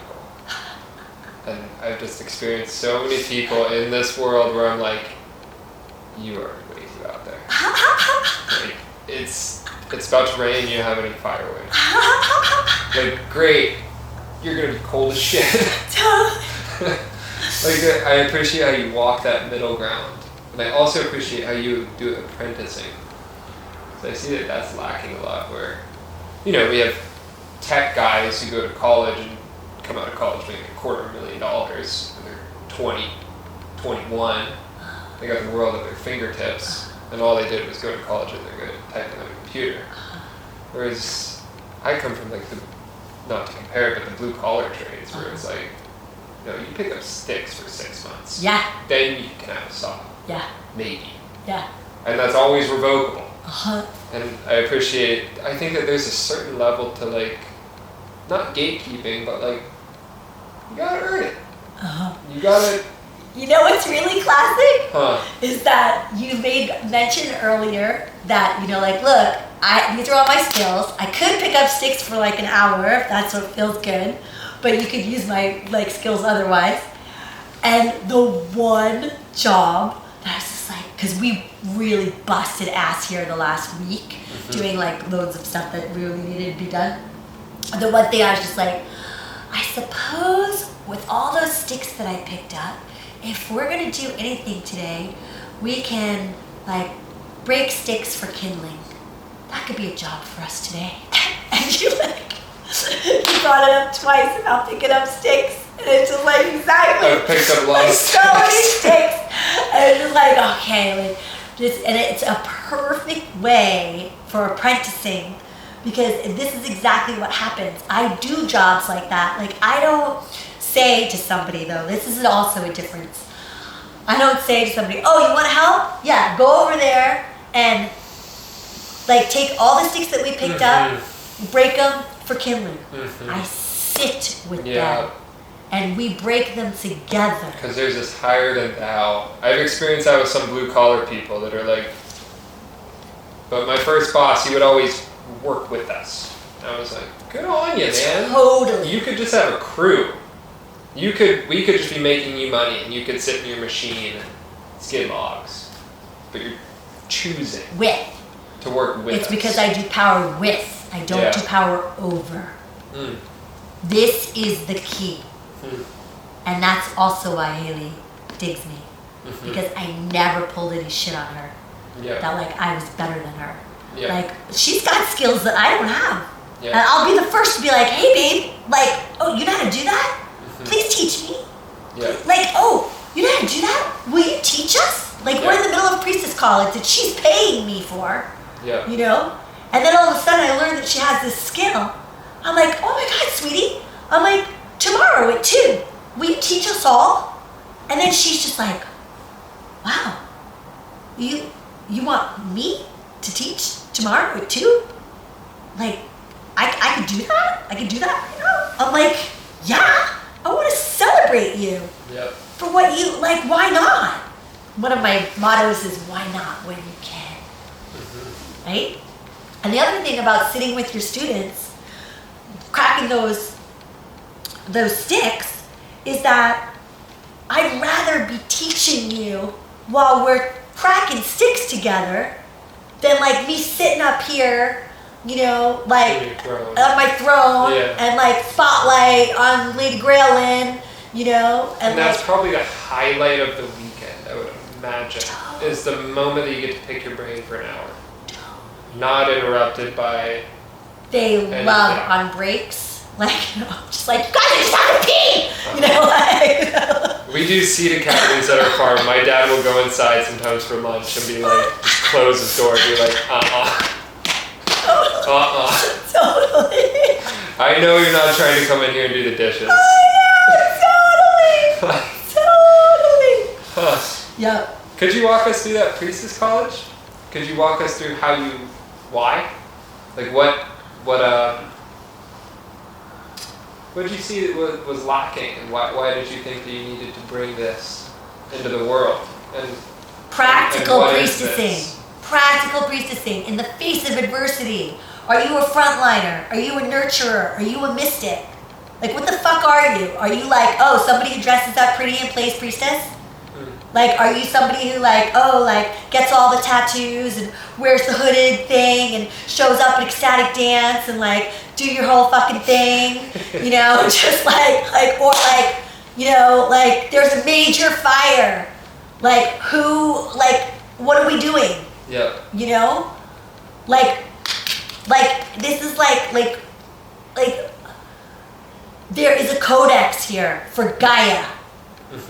Like, and we have been here since like the beginning of time as like empowered, mystic women who, like, the original calendar was made from our blood.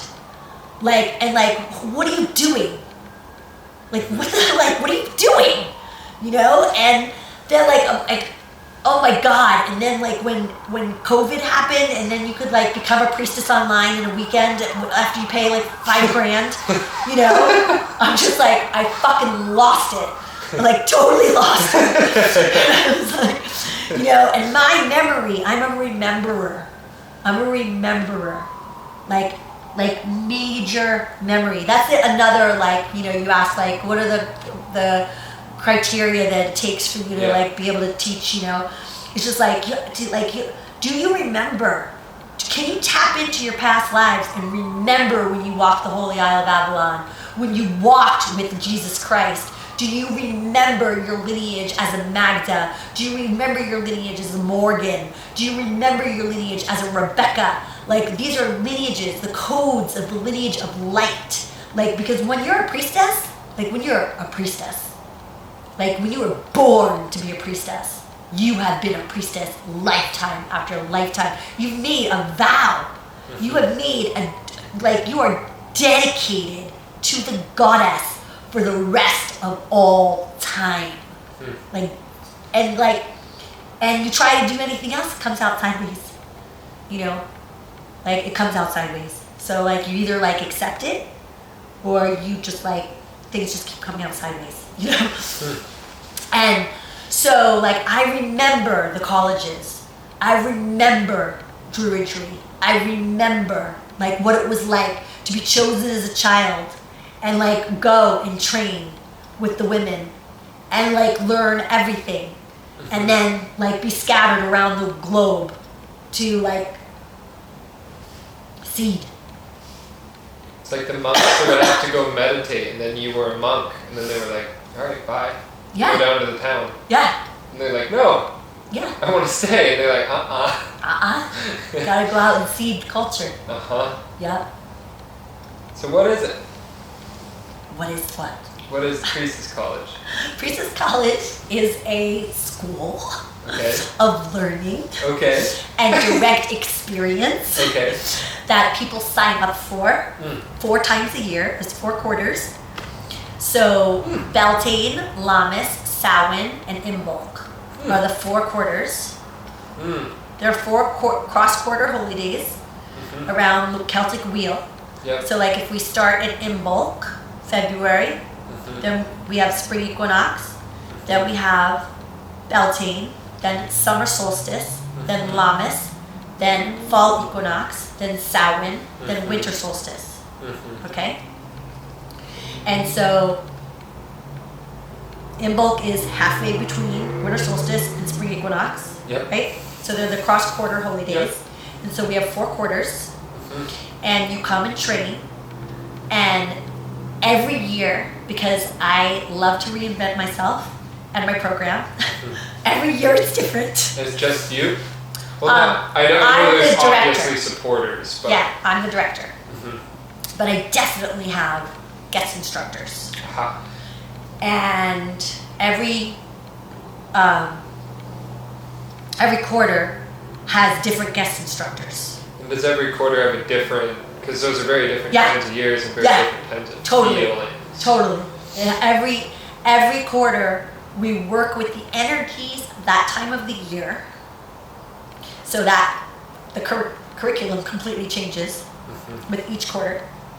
And it also, the places change. Like I've taught in Guatemala, I've taught, I just recently taught at SOHA, the Sanctuary of Healing Arts, near Corvallis, Oregon. Which actually, they are building a temple for me.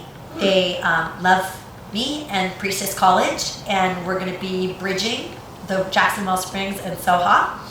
And Priestess College is going to be happening at both places. I also teach in Glastonbury, England. I bring my girls from here to there, so I'm on the sacred land of the Holy Isle of Babylon.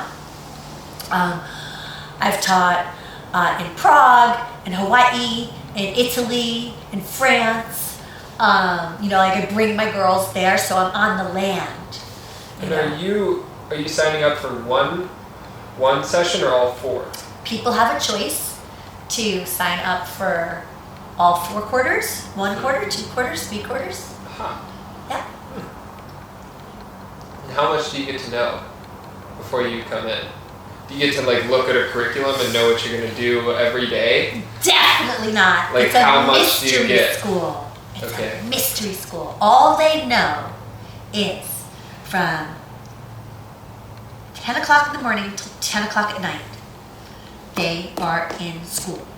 And they sleep here? They sleep here, or they sleep, depending on the weather.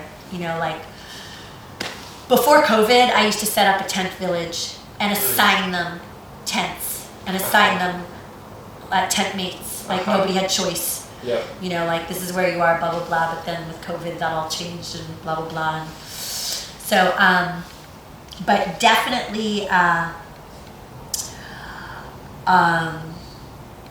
they know that they have breakfast, they have morning practice, they have a transmission, they have lunch, they have a transmission, they have dinner, they have nighttime ceremony. They know that they're going to give a public ritual for the Celtic Holy Day of that quarter. Public meaning in front of your classmates, or no, public meaning the community. So like the women who sign up for belting, they will give the ceremony to the public, and etc. for all the other holy days. So that way they learn practical. So they're like right there. Like when I taught a portion of Priestess College is called Midwifing the Veils, and that's where we worked specifically on ceremonial doulaship of the 9 veils of birth, blood, sex, marriage, parenting, divorce, sovereignty, death, and rebirth. And so they will, wherever we are doing that training, they will have direct experience. So like, for instance, one time when we did Midwifing the Veils in Guatemala, we were at a community that had a pregnant woman. So we gave her a special ceremony. By the end of our training, because it was a 22-day training, she had the baby on site. So we were able to be part of that whole experience, right? Childbirth, then blood. They needed a red tent at that community. So we built a red tent. Could you describe what that is? A red tent? A red tent is a place that women go to every month, always on the new moon. This is our tradition. This does not mean everybody else's tradition.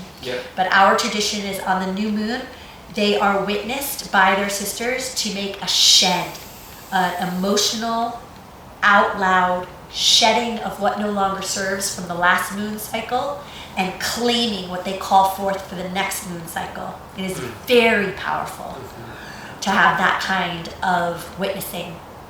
And we also do it in a highly unique way too, is where we have men hold a fire.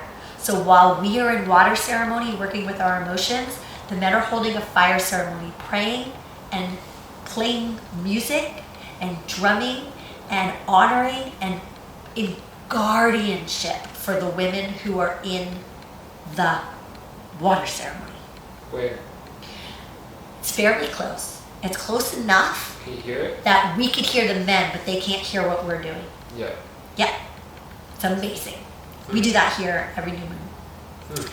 And then let's see, so I'm thinking about that midwifing the veil. So we had the childbirth, the blood, the sex. There were men on that community, so they came in and I gave them a spiritual intimacy workshop. What is, intimacy? Yeah, spiritual intimacy. And so we had men for the women to practice spiritual intimacy techniques, which is basic tantric techniques that were really beautiful and very clean and clear. Sex, marriage. There was a couple that wanted to get married, so we were able to marry them. Then parenting. There were parents on site that we gave support with their parenting. Divorce, there was a couple that was breaking up, so we gave a conscious divorce ceremony. Sovereignty, I was the queen that year, so they gave me a queening ceremony. Sovereignty. Death. Nobody died, thank the goddess. I But can't death- really remember what we did for the death ceremony. Whenever you honestly. say death, does that mean the death of a human being, or could that be like the death of a part of you? Or whenever you're saying that, that's... We definitely would, I'm pretty sure actually that's what we did, an esoteric ceremony of like letting a part of ourselves die. But we definitely do proper death doula work. Yep. And then rebirthing happens with water or breath work in our particular tradition. Mm. So like we got to, you get to experience and you have hands-on practice doing these rituals. And competency. And 'cause you competency. did. Yes. Yeah. Definitely. I think a lot of those online courses, you're like, great, Sure. And you have but I didn't do and anything. And also this list of things to do to follow, right? Mm. Like I don't give them like this kind of Code of ethics. code of ethics, like there's a code of ethics like with radical honesty and integrity, but like I'm talking about like how to lead a ceremony. First, smudge everybody when they walk in. Then call in the directions. Then, which I completely respect other people's cultures to do that. But in my way, and in the way of these highly rebellious people who come to me for trainings. Because a lot of those ways are generations. And little tweaks. Yeah, little tweaks. And I'm not into regurgitating other people's cultural ways. Yeah. If I don't have a right to that. And I also, I definitely, what I do regurgitate is the rosary. I was raised with the rosary. I'll say the Hail Mary 1,000 times and I'll teach the girls how to do the rosary. Because sometimes you need to know how to do the rosary. It's just one of those things. But other than that, I just ask them, what does your heart say? If you're going to call in the directions, I don't want you to memorize something that you read out of a book or that I tell you have to say to call in the directions. What does the east mean to you? Yeah. What does the sunrise mean to you? When you are invoking the sunrise, let me hear that from your heart. Yeah. And that's where Priestess College is very different from other schools. Who would you recommend it to, and who would you not recommend it to? I would recommend it to those who, since they were a little girl, dreamed of being a priestess. And when they read that, Mists of Avalon or any other kind of book that had, some kind of, Lothlorien feel to it, and they were they knew that was oh my God, that's me, but nobody gets me, and I feel so different, and I'm not from here, those women to know that there's a place for them, and there's other people, that they're not alone, and also those women who have felt shame for being wild. And there's no shame in being wild at Priestess College. And who I wouldn't recommend it to, for sure, and this has happened quite a few times, to those women who ask me 100 times, well, what's the curriculum? What are we gonna do? What, is there a textbook? Am I gonna get a certificate? like for those like who are so caught in their head, actually they need it the most. They need it the most. But if they're open and willing, just like yeah, exactly. And usually they're the ones that and usually they end up being my teachers. But not always. But seriously, like those people who like need like this like piece of paper to validate their experience, or like have to know that it's like it's priestess college. It's not like going to Harvard. You know, it's not like going to Stanford. It's not like, you know, like if you want a curriculum that goes by a textbook and that you're going to be tested on what's in the textbook because you have to memorize everything and then no. Where it's circular. It's fluid. It's mythological. It's animus. Could you define priestess for me? And then could you define modern day priestess for me? Here's the elevator speech. A priestess serves spiritual needs of the community. Just like anything.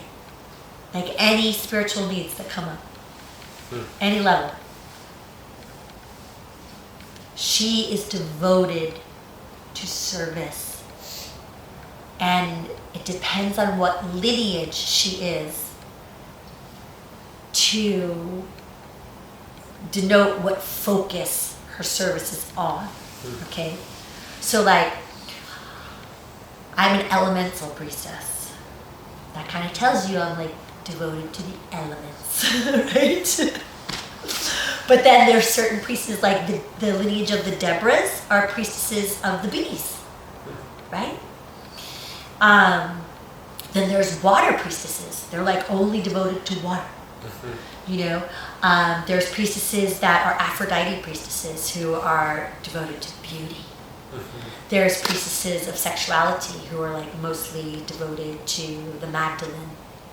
You know, then there's priestesses of the Morgans, and they're devoted to like the healing path and magic. You know, so like I'm kind of like as a Gemini, you know, I've got my hands in all the honey jars. You know. I'm a threshold priestess also. I mean, like my focus is like majorly on rites of passage. Like you said, inspire. Yeah. Inspire, open a door. Yeah. Whatever you want to say. Yeah. Huh. Could you explain the belting? Because I know you have an upcoming course. Sure. Yeah. So, are you asking about like the Beltane Priestess College or the 3-day event that is offered to the public? Oh. Okay. So for Priestess College Beltane session, it will be 13 days long, and each day will consist of transmissions and ceremonies that are based on the energies of that time. So that time of year, right, is like where things are a little bit juicy and outdoorsy, and we want to get our hands in the dirt, and we want to be experiencing what it is like fertility and sexuality, right? And so some of the transmissions that we have going on will focus on those energies, even including archery, even including rattle making. You know, we love crafting, spell book making, as well as hands in the dirt. And then each night the ceremonies are a mysterium. So we don't really talk about what those are going to be. Yeah. And then there will also be like us co-creating and preparing for the 3-day ceremony for the public. And that's like a really big deal, because what happens is it takes an entire day to prepare for the ceremony. Could you explain what Beltane is first? Sure. Beltane is the cross-quarter holy day between spring equinox and summer solstice. It's the start of summer, and It is a Celtic holy day that celebrates divine union and the flowers and pollination, sacred sexuality, fertility, fecundity. And so there is a ritual that happens that has lots of symbolism of that to celebrate those qualities of that time of the year. And that's open to the public, and is it kind of festival-y? It's our one time a year fundraiser for the Goddess Temple. It's open to the public. For all 3 days, it's $55. It's like amazing. And there's musicians, and there's ritual theater, and there's the ceremony, but it's not a festival like festies that we go to, but it is a festival because that's what they were originally called, right? That people from all over came to partake in this ritual. So like the first day of the preparation, the women, we have sheets that have been offered to us that have Amrita from sexuality and moon blood. And we tear those sheets and we make them into ribbons for the maypole. And so while we're stitching and sewing those ribbons, the men are out harvesting a standing dead oak, because that standing dead oak is going to be the pole. And we also have the younger women making a wreath that's going to go over the pole. That's part of the ceremony. And so we also create a big throne because we have a king and queen. We have a royal family of the May that's chosen. And whoever becomes that royal family, they're responsible to take part in other rituals throughout the year and have responsibility to the Shire to help with the whole Goddess Temple sanctuary throughout the year. And we also have a feast and music and dance and sacred fire, of course. All of the holy days have fires that happen that are like, you know, part of the prayer fire. And then on the third day, we have workshops that are also like about the energies of that time of the year and more music. And I'll put all the links to all 3 of those down in the description. Great. Right about here. I have a few questions that have kind of accrued as you've been talking. I think my first one is, do you think that having a child, if like how you speak on like, if you were born and you know that you're supposed to be a priestess, do you think that having a child could be a distraction in that? Well, it's not that it's a distraction, but your child is your greatest teacher. So often, like, women come to me like with little babies or with toddlers and say they want to come. Like, nobody's turned away, you know? But I often say, like, my goddess, you are in like the thick of learning how to priestess, being a mother. Like, because being a priestess, you have to give selfless service. And being a mother, you have to give selfless service, you know, if you're going to be like a proper alternative mama. And so, you know, like, it's just like, it's a real thing. Like, when you attachment parenting, that your kids is like on you 24/7, you know, like, you just give everything. And so it's really good training for priestessing. I would say the biggest distraction in priestessing is men. Which might equal a kid. They want a lot of attention. And the best thing a man could do is serve, protect, and provide. Without a requirement of something in return. Is that a caveat that you would add, or no? I mean, I could, but I don't think that's entirely fair. But for a priestess, if you're going to be in partnership with a priestess, yes. I've always viewed men that, like, I've always heard the statement that men are expendable, women aren't. And I agree with that statement in a lot of regards. I mean, you look at, like, nature. There's one 6-point buck up on this hill that probably impregnated 80% of the does. The other ones, maybe one. And it's like... I mean, like, expendable is such a harsh word. But that's why I don't really use it. But what I do like to say, especially also because I believe in parthenogenesis, of like there's also a lineage of priestesses called the virgin priestesses who like Mary got pregnant with Jesus without the seed of Joseph. But you know, like I also like I'm a Dianic priestess, and in the Dianic priestesshood, the men come in for mating season only. Like bees. Yes. They come in for, and then the women raise the children. The boys are go into puberty. They go off with the men. The women learn how to be priestesses. And so like we just like keep, you know, like and we don't know who the fathers are. Like the whole like possession thing, you know, kind of like goes out the window because they come at belting. Traditionally, the men would come at the time of belting. We'd all make love. So in tradition, they'd walk up with said standing dead oak, and then hang it. Ceremony, everyone makes love. Everybody makes love, gives the juices to the land for the fertility of the whole tribe. We don't know, like if when you get pregnant at belting, it's an auspicious baby. We don't know who the father is. It doesn't matter because we're all taking care of each other.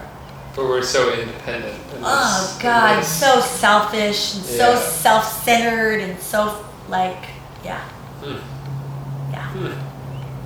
Would you give me some advice to a man first dancing with a woman or first making love to a woman?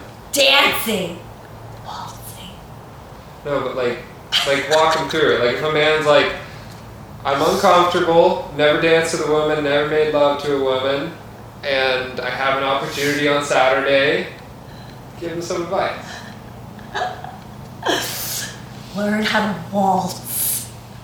Learn how to waltz. He doesn't have time for that. He's oh my God. He's in the thick of it. He's only got 6 days. There's no waltzing. No, you can learn waltzing in 6 minutes. Okay. 1, 2, 3. 1, 2, 3. 1, 2, 3. That's all you need to know. That's it. Watch my hands. 1, 2, 3. 1, 2, 3. 1, 2, 3. That's all your feet do. And a stance. That hand comes behind and holds her in a frame. This hand holds here to steer her, and she can finally feel held. Gain a lot of trust. A lot of trust. So many women lead in dance because we don't trust our guys to lead. Yeah. It's another class I used to teach, is ballroom, but like spiritual intimacy ballroom. Contact improv ballroom. Well, contact improv, yeah, exactly. Yeah, contact, like, and like really work with, like, you could read everything about a partnership through watching them ballroom dance. Yeah. Yeah. I got a question about partnership. I got a question for, I've had sex and made love with many women that have requested things that I'm like, whoa, that's out there. That's intense. And a few of them I've refused. Definitely have a few lines. Like, I've had someone to ask me to do degradation. I'm like, absolutely not. Wow. And these are women that are not like, I mean, a lot of them are from here. A lot of them come from good households. Like, they didn't have domestic disputes. They didn't grow up in south side of Chicago. Like, they had pretty good lives as far as everything's considered. And yeah, how do you think that men should meet those women that are requesting these things, like choking, like smacking them in the face, like using language that I don't think you should use to your partner? How would you encourage men to show up whenever a woman is requesting that of them? I was just gonna say, like, hey babe, let's go to therapy.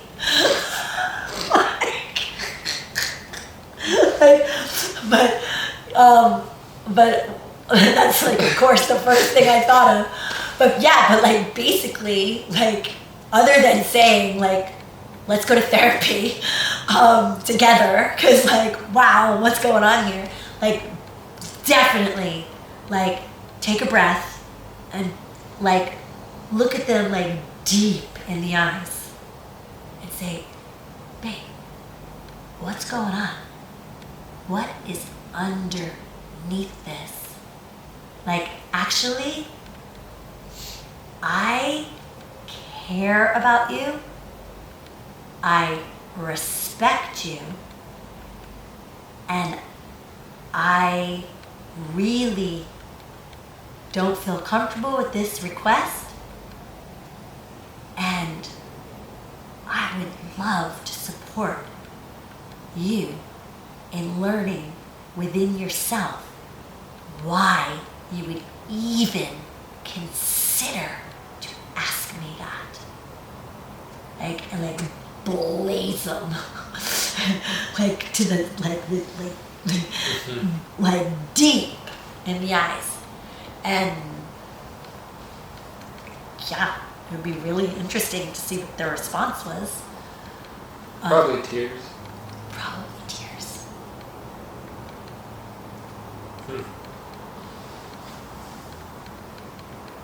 Because it's coming from somewhere. Oh yeah. Right? So it's like either coming from they think that you want that from them, or they've seen other people turned on by it, or they do get turned on by it, but they don't know why. It's such an oxymoron, sweetheart, because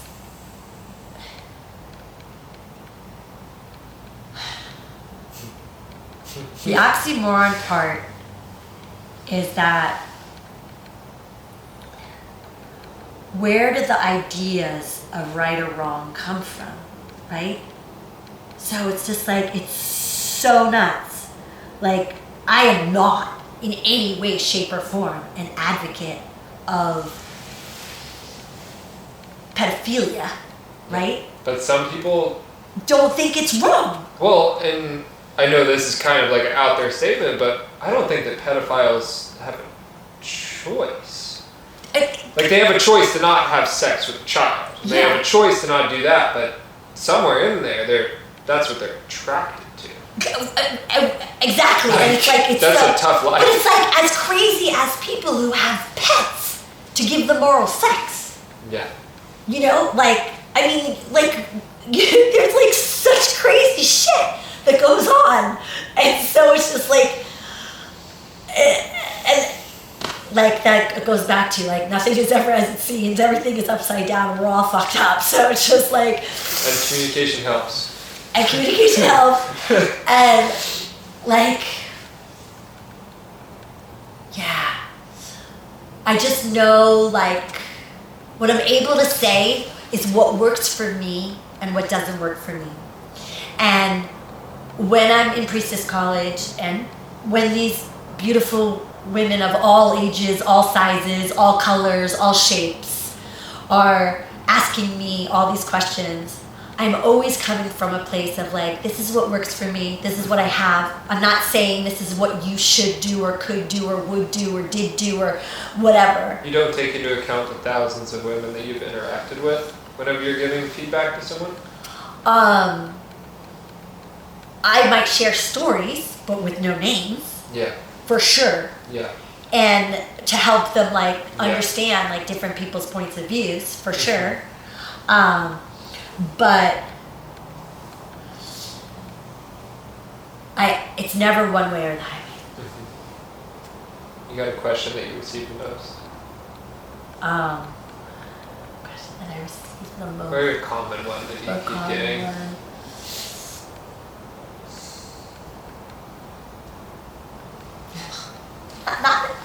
Not really. Nothing like really comes to me. Let's see. Well, I think we do have a ceremony where the women marry the goddess. That is a ceremony. That's part of it. And everything that we do is optional. Nobody's forced to do anything. But it is optional, a ceremony to marry the goddess. And a concern that is often is that if I marry the goddess, does that mean I can never get married to a guy? So that is something that is probably the most common. What are you most impressed by the young individuals in Ashland? And what are you most dismayed by? I'm most impressed by their creative talent. And I'm most dismayed by their lack of ability to show up 1,000% to what they say yes to. Or what they talk about would be so cool to do. And then it's like handed to them and they don't come.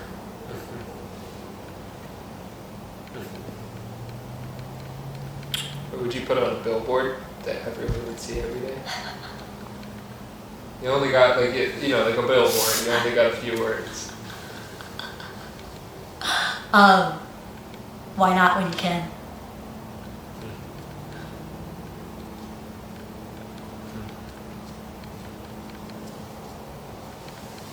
And just the simple one, advice to a young woman who just graduated high school, who's about to, like a young woman who's in high school right now. The school year's almost over. And shit, man, they don't know what to do with their life. They're pretty addicted to their iPhone. Maybe they're smoking pot, abusing whatever, and they're just like, I got nothing. Like no passion, no sports team, no nothing, and they're just like, life kind of sucks. Not like mega depressed, like cutting themselves, but just like, yeah.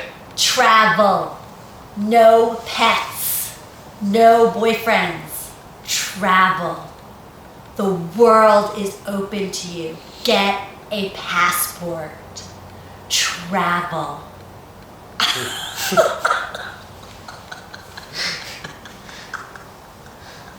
That is being a recurring answer.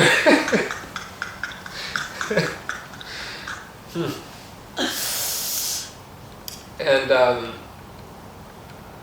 you got any critical feedback from me as an interviewer? No, you're and great. As a communicator. Oh my God, I've been interviewed so many times for so many years. You're awesome. I don't get anything? No. Sorry. You're so good at this. Fuck. Thank you. You're welcome. Thank you. Totally. And do you have anything you leave people with? Like, you got anything that you want to say? Even anything you want to say that you just want to have a video of you saying it? For promotional anything or? Raw, brave, legendary. Priestess College is worth it because you have wondered how you could be raw, brave, and legendary. And now there's a school that actually exists to test you in that. Thank you. I've never been officially introduced to you. What do you go by? I am Lady Graelynn. Not Graelynn, not Graelynn, Graelynn. Grael, the cauldron of inspiration. Lynn, the pool of water that a waterfall creates. I am Lady Graelynn, lady of this lake. Well, thank you. Thank you for your time. Thank you, you're awesome.